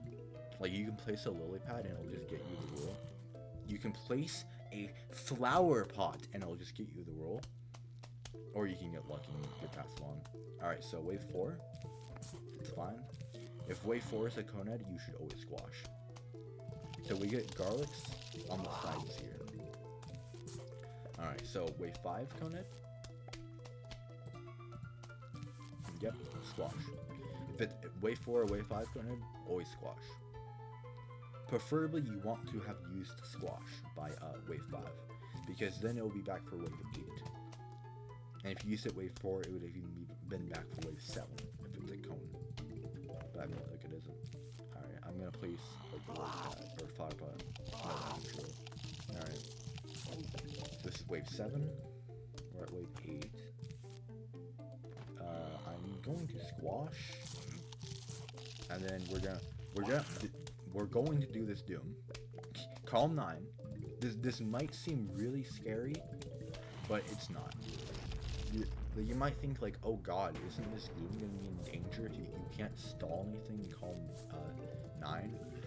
Technically yes, but it's really not that bad, because if you have 2 glooms, then a conehead can only like even slightly damage the gloom if it's in calm 8. Alright, so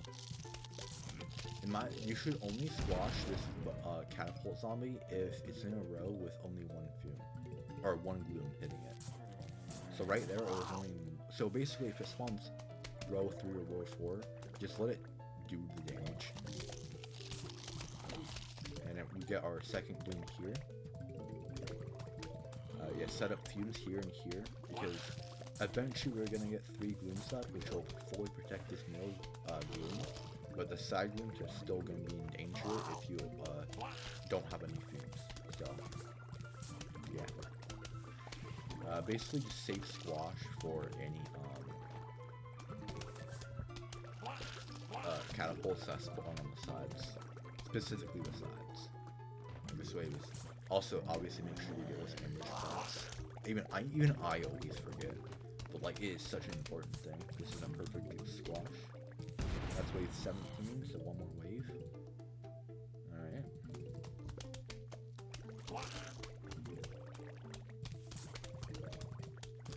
And doom.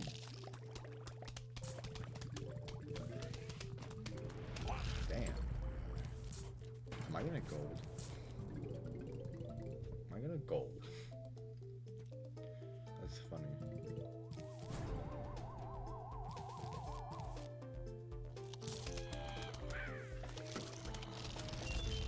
Diamond? Holy shit. Barely not gold. Shit, I'm holding space.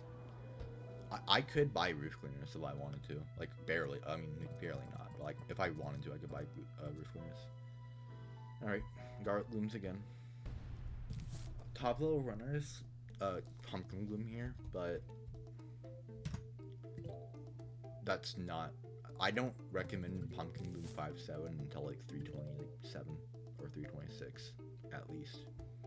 It's like realistically you're only gonna save like 10 to 15 seconds at best, and if you're not really good at Pumpkin Glooms, you can literally just lose your run. So yeah, we're just gonna do Garlic-glooms, and we're gonna literally play it the exact same. We're not gonna change a single thing. We're gonna do the Calm 9. We're gonna do Calm 9 Doom, the same like squash cycle, the same like. Actually, we might change one thing. I think it's probably better on a 3 flag to have your row 3 Calm 7 Doom to be for the 29th wave rather than the 19th wave. So I think the one thing we'll change is that we'll place our second Doom here, but we'll get there. I got lucky doing with this again, by the way. That's kind of crazy. It's pretty rare. Alright. Sun.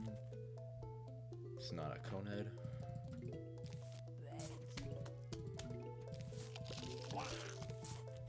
Fun garlic interaction right there.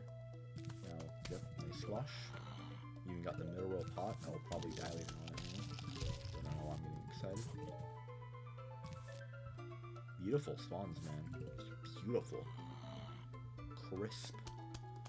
Normal zombies, comb that you squash. Normal zombies, just beautiful spawns.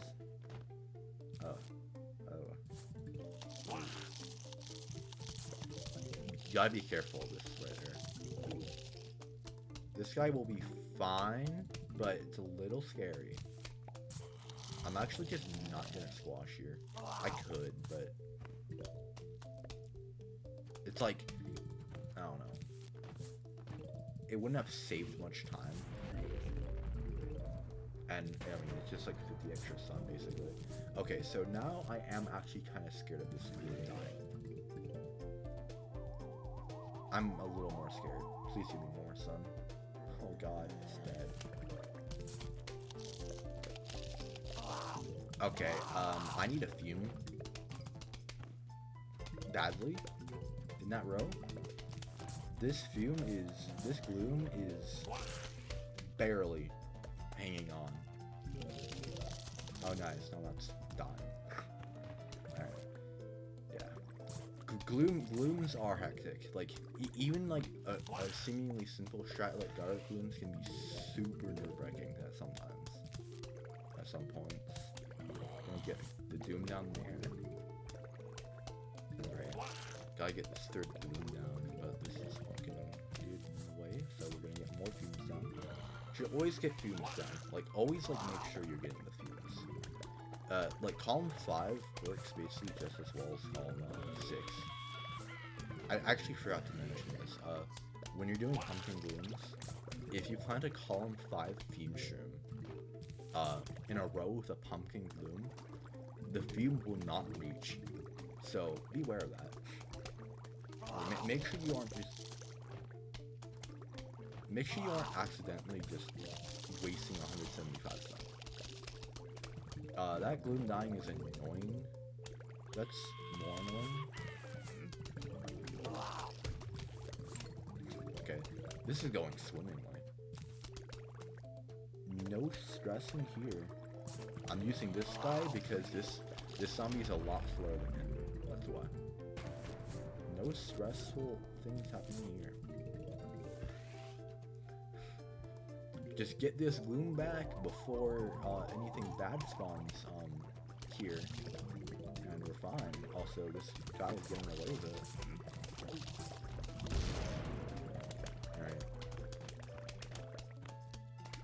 Alright, we're fine. You know, ladder zombies do make calm down doom probably not super smart. That's a doom. I have this doom back. Or I have like the doom back. Yeah, like it's just dead. Okay, you know? Yeah. Okay, you shouldn't probably call mine doom. I honestly just forgot that like ladder zombies were a threat. Okay, this is really good. Really awesome.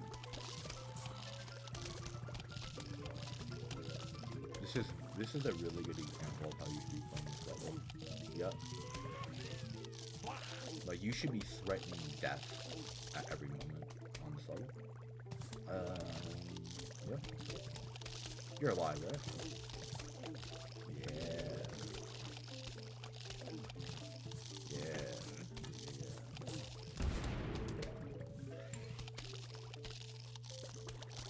I'm fine. 2, 4. Alright, this is wave 8.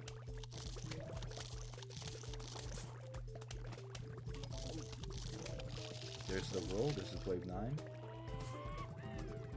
Everything's fine. Alright, so in that chaos, I forgot to set up that ambush pots, so I could get really fucked here. But I do have squash, so yeah, see, look at that. But wait for it. Dang. Yeah, sometimes like the bungee's like still on the screen, so you have to wait for the seed packet to drop. Alright. What out of that fucking hellhole? We need to buy a rake, the final rake of the run. Garlic-glooms once again.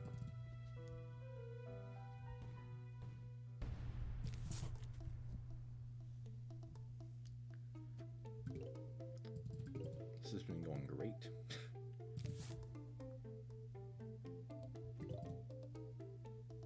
So yeah, on 5-7, you shouldn't do the calm 9 doom.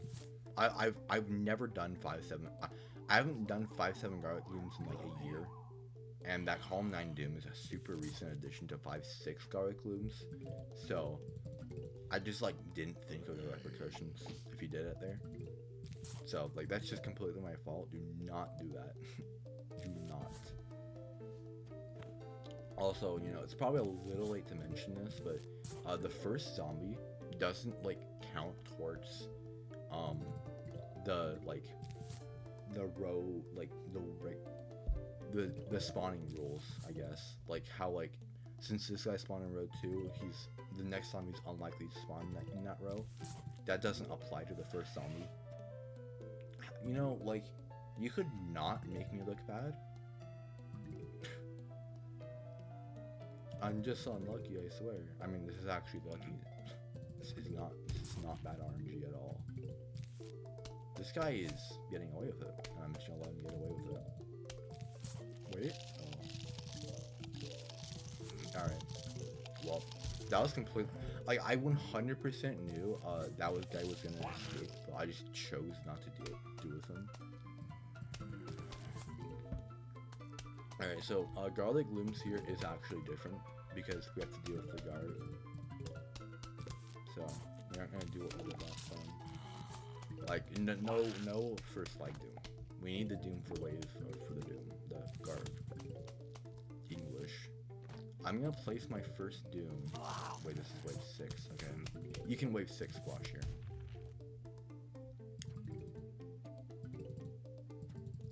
I'm gonna place my first doom here, because I was gonna place it here, but that conehead is scaring me.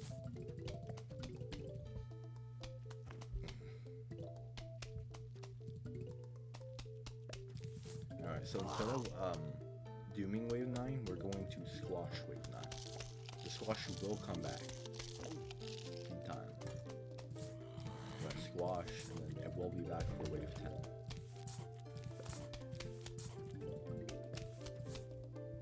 Slow. But it's fine. Yeah, I'll set up an ambush pod. Also, like a pod to like hopefully keep the imp from escaping. Okay, I'm gonna get this doom down here and use this doom since the guard can't spawn top row. It's funny, like for some reason he just can't spawn top row. So using this doom will guarantee it'll hit the guard and probably the imp also. I'm gonna try to time it to where he starts smashing that guy, and then I can use this doom before that imp gets too far away. And then since I didn't see any extra zombies, I'm assuming I killed the conehead with that doom, which means I got an instant wave 11 and instant wave 12 combination. Well, maybe not instant wave 11 since I did wave. Alright. We do have to be careful with not using the squash too late, so I'm just going to use the squash now and then never use it again. Because if you use it like wave 18, and then like, if you use it wave 18, it probably won't be back for the final wave Garg. Yeah, when there's Gargs, getting your ambush pots is more important than, like, ever. Yeah, it's just doing whatever. This is wave 8, wave 18. This is wave 19. I should get everything. There we go. All the ambush pots, and now it's just a simple squash and doom. You do have to be fast with the squash doom because if you're really slow, the guard can fully throw his imp. Okay, well, okay. The guard can throw his imp, and you need a doom in time so the imp doesn't land, basically. All right.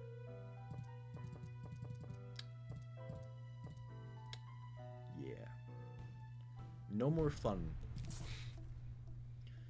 I really contemplated what strat to show here, because there's a lot of options.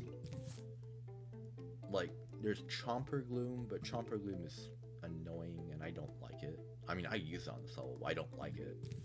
Like, you can use Starfruits with Doom, but that's really hard, because Starfruits are hard, especially for beginners. And then there's Magnet Glooms, which is like, kind of the beginner strat, but at the same time it's still really annoying. Dude, this level's hard. Like, if this is the level you really need to practice, it's 5-9. Because you have to like no garlic to make first flight easy. You know, you have Magnet and Dooms, which are fighting for the same spots. Alright, so I'm gonna like just kind of show like how I would probably play it, or like how I used to play, because I used to do this strat. So what I normally would used to do is let 2 zombies go, because I just found it a lot easier. And just like with Pumpkin Gloom, since I got like top row here, or like one of the top 2 rows, I'm going to place my Gloom here. Although, like, this is how I used to do it, but realistically, you probably should just Gloom the third zombie. This is kind of an unfortunate spawn, but you can just do the flower pot some bars in. And it's enough of a spell to be fine for the most part. Alright, I'm just gonna do that. A lot more likely the zombie spawns there than top row.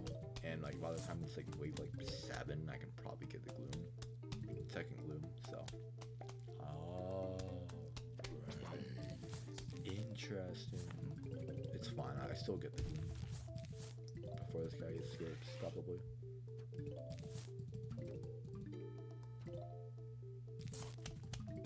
Alright, he will escape, so I have to do that. I'm going to not get the Doom there. I'm thinking, I'm gonna wait. Let's see this wave 9. it's a good wave 9. I'll get the Doom here, and then I'll set up a magnet here. If you get, this is a really good magnet spot because it'll hit all 5 rows. Like, but at the same time, that's the best Doom spot. Like, you kind of see the problem. But like, for the early game, just like one magnet right in the middle here to get rid of like any buckheads. Definitely recommend it. Alright, let's see. Just get like a back up here. Just glue as quickly as possible. Here we go. Probably should get fumes up here more. If anything.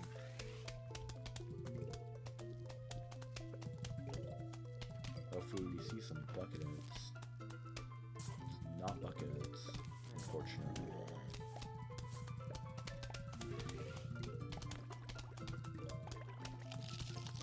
Ow. Ow! Okay, oh, that's fucking dead. Yeah, you probably shouldn't do that. But yeah, you know, like setting up fumes to make sure your rows are like safe, you know, getting more dooms. Okay, and that's unfortunate timing. Bad plot management.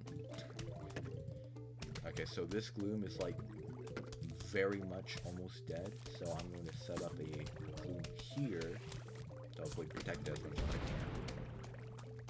can. No bucket heads yet, which is unlucky because I'm pretty sure I only got 1 cone. Unless the other cone is hiding, which is obviously a possibility. Okay, so yeah. So start with middle magnet, and then eventually branch out to magnets top and bottom row. This is wave 9, and then so you can replace that guy with a doom because that's the doom spot. So you do have to beware. On this level, you can get extra guards, which suck. You can get a wave 28 and a wave 29 guard. Wave 28 guard isn't the end of the world, because if you have an extra doom, like I do right now, then also that was a fun like, jitter in this clip. If you have an extra doom, you can just doom wave 28 like you normally already would, and then doom wave 29. But if you get wave 29, it's just sad. Because you probably have to use squash on wave 29. You know, not really good out. Not really that good. But yeah, like at this point, it's just like let your 2 magnets like do all the work. Make sure you have good fumes. This is a little bad, but it'll get the work quickly at least. I have to like use squash now. I'm gonna, yeah, squash you. That's like, oh, that's wave 27, I think, which is like barely fine. Is that? Wait. I don't know if this is wave 29. I'm gonna wait. It feels like it should be, but it feels like it's too fast.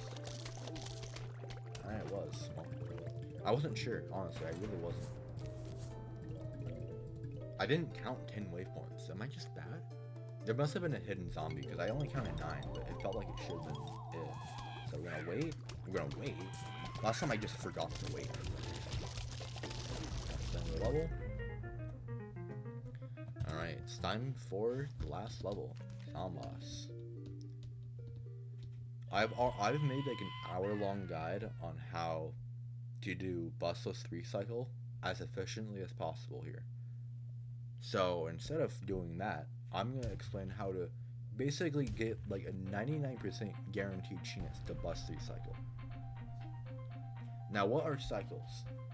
Basically, like, from when Zomboss, like, is like, for example, Zomboss is like placing zombies right now. So from when he's doing this to when he's down to when he goes up. When he goes up, that's the end of 1 cycle.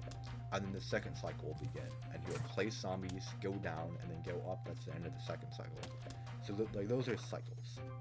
So we're gonna beat Zomboss in 3. And when I say bustless or bus, basically that just means like,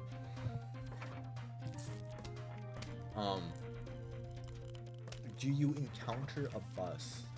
Like, do you play the bus cycle basically? Okay, I'm trying to keep myself from going from 10. So we're gonna use 3. So basically, the best way to do bus 3 cycle is just to do, no, not the best way, but like the most consistent way to do bus 3 cycle is just do as much damage as you physically can.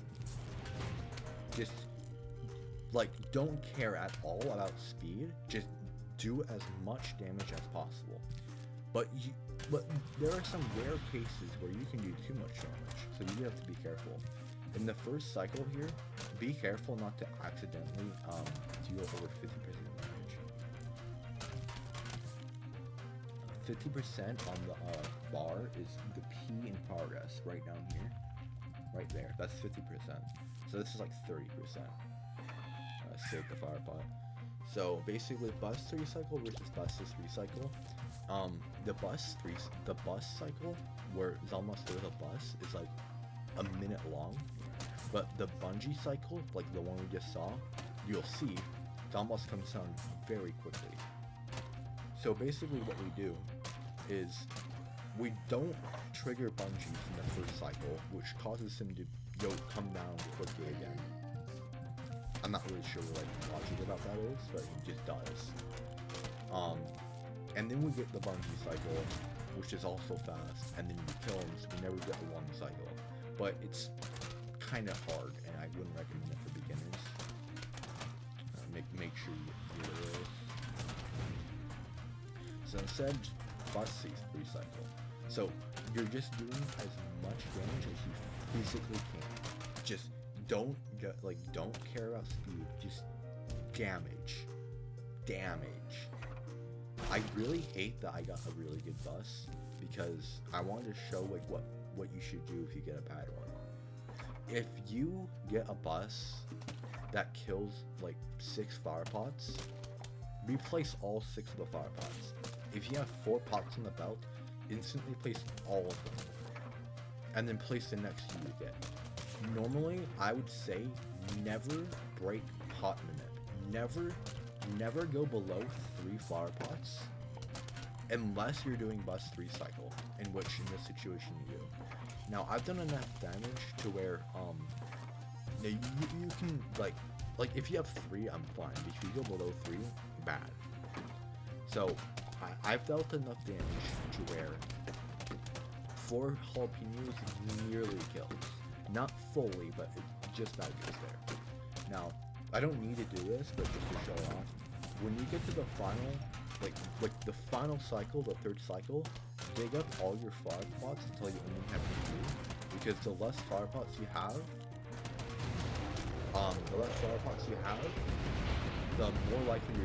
the less likely you're gonna get like cabbage points. But that's the end of the run. So I hope I explained the levels pretty well. I feel like I kind of didn't explain all that I wanted to explain, but I hope I did my best. I hope, you learned a few things, maybe if you're like experienced or something, But yeah, that's the end of the guide, because timing ends when you get the trophy. I hope it was helpful, maybe.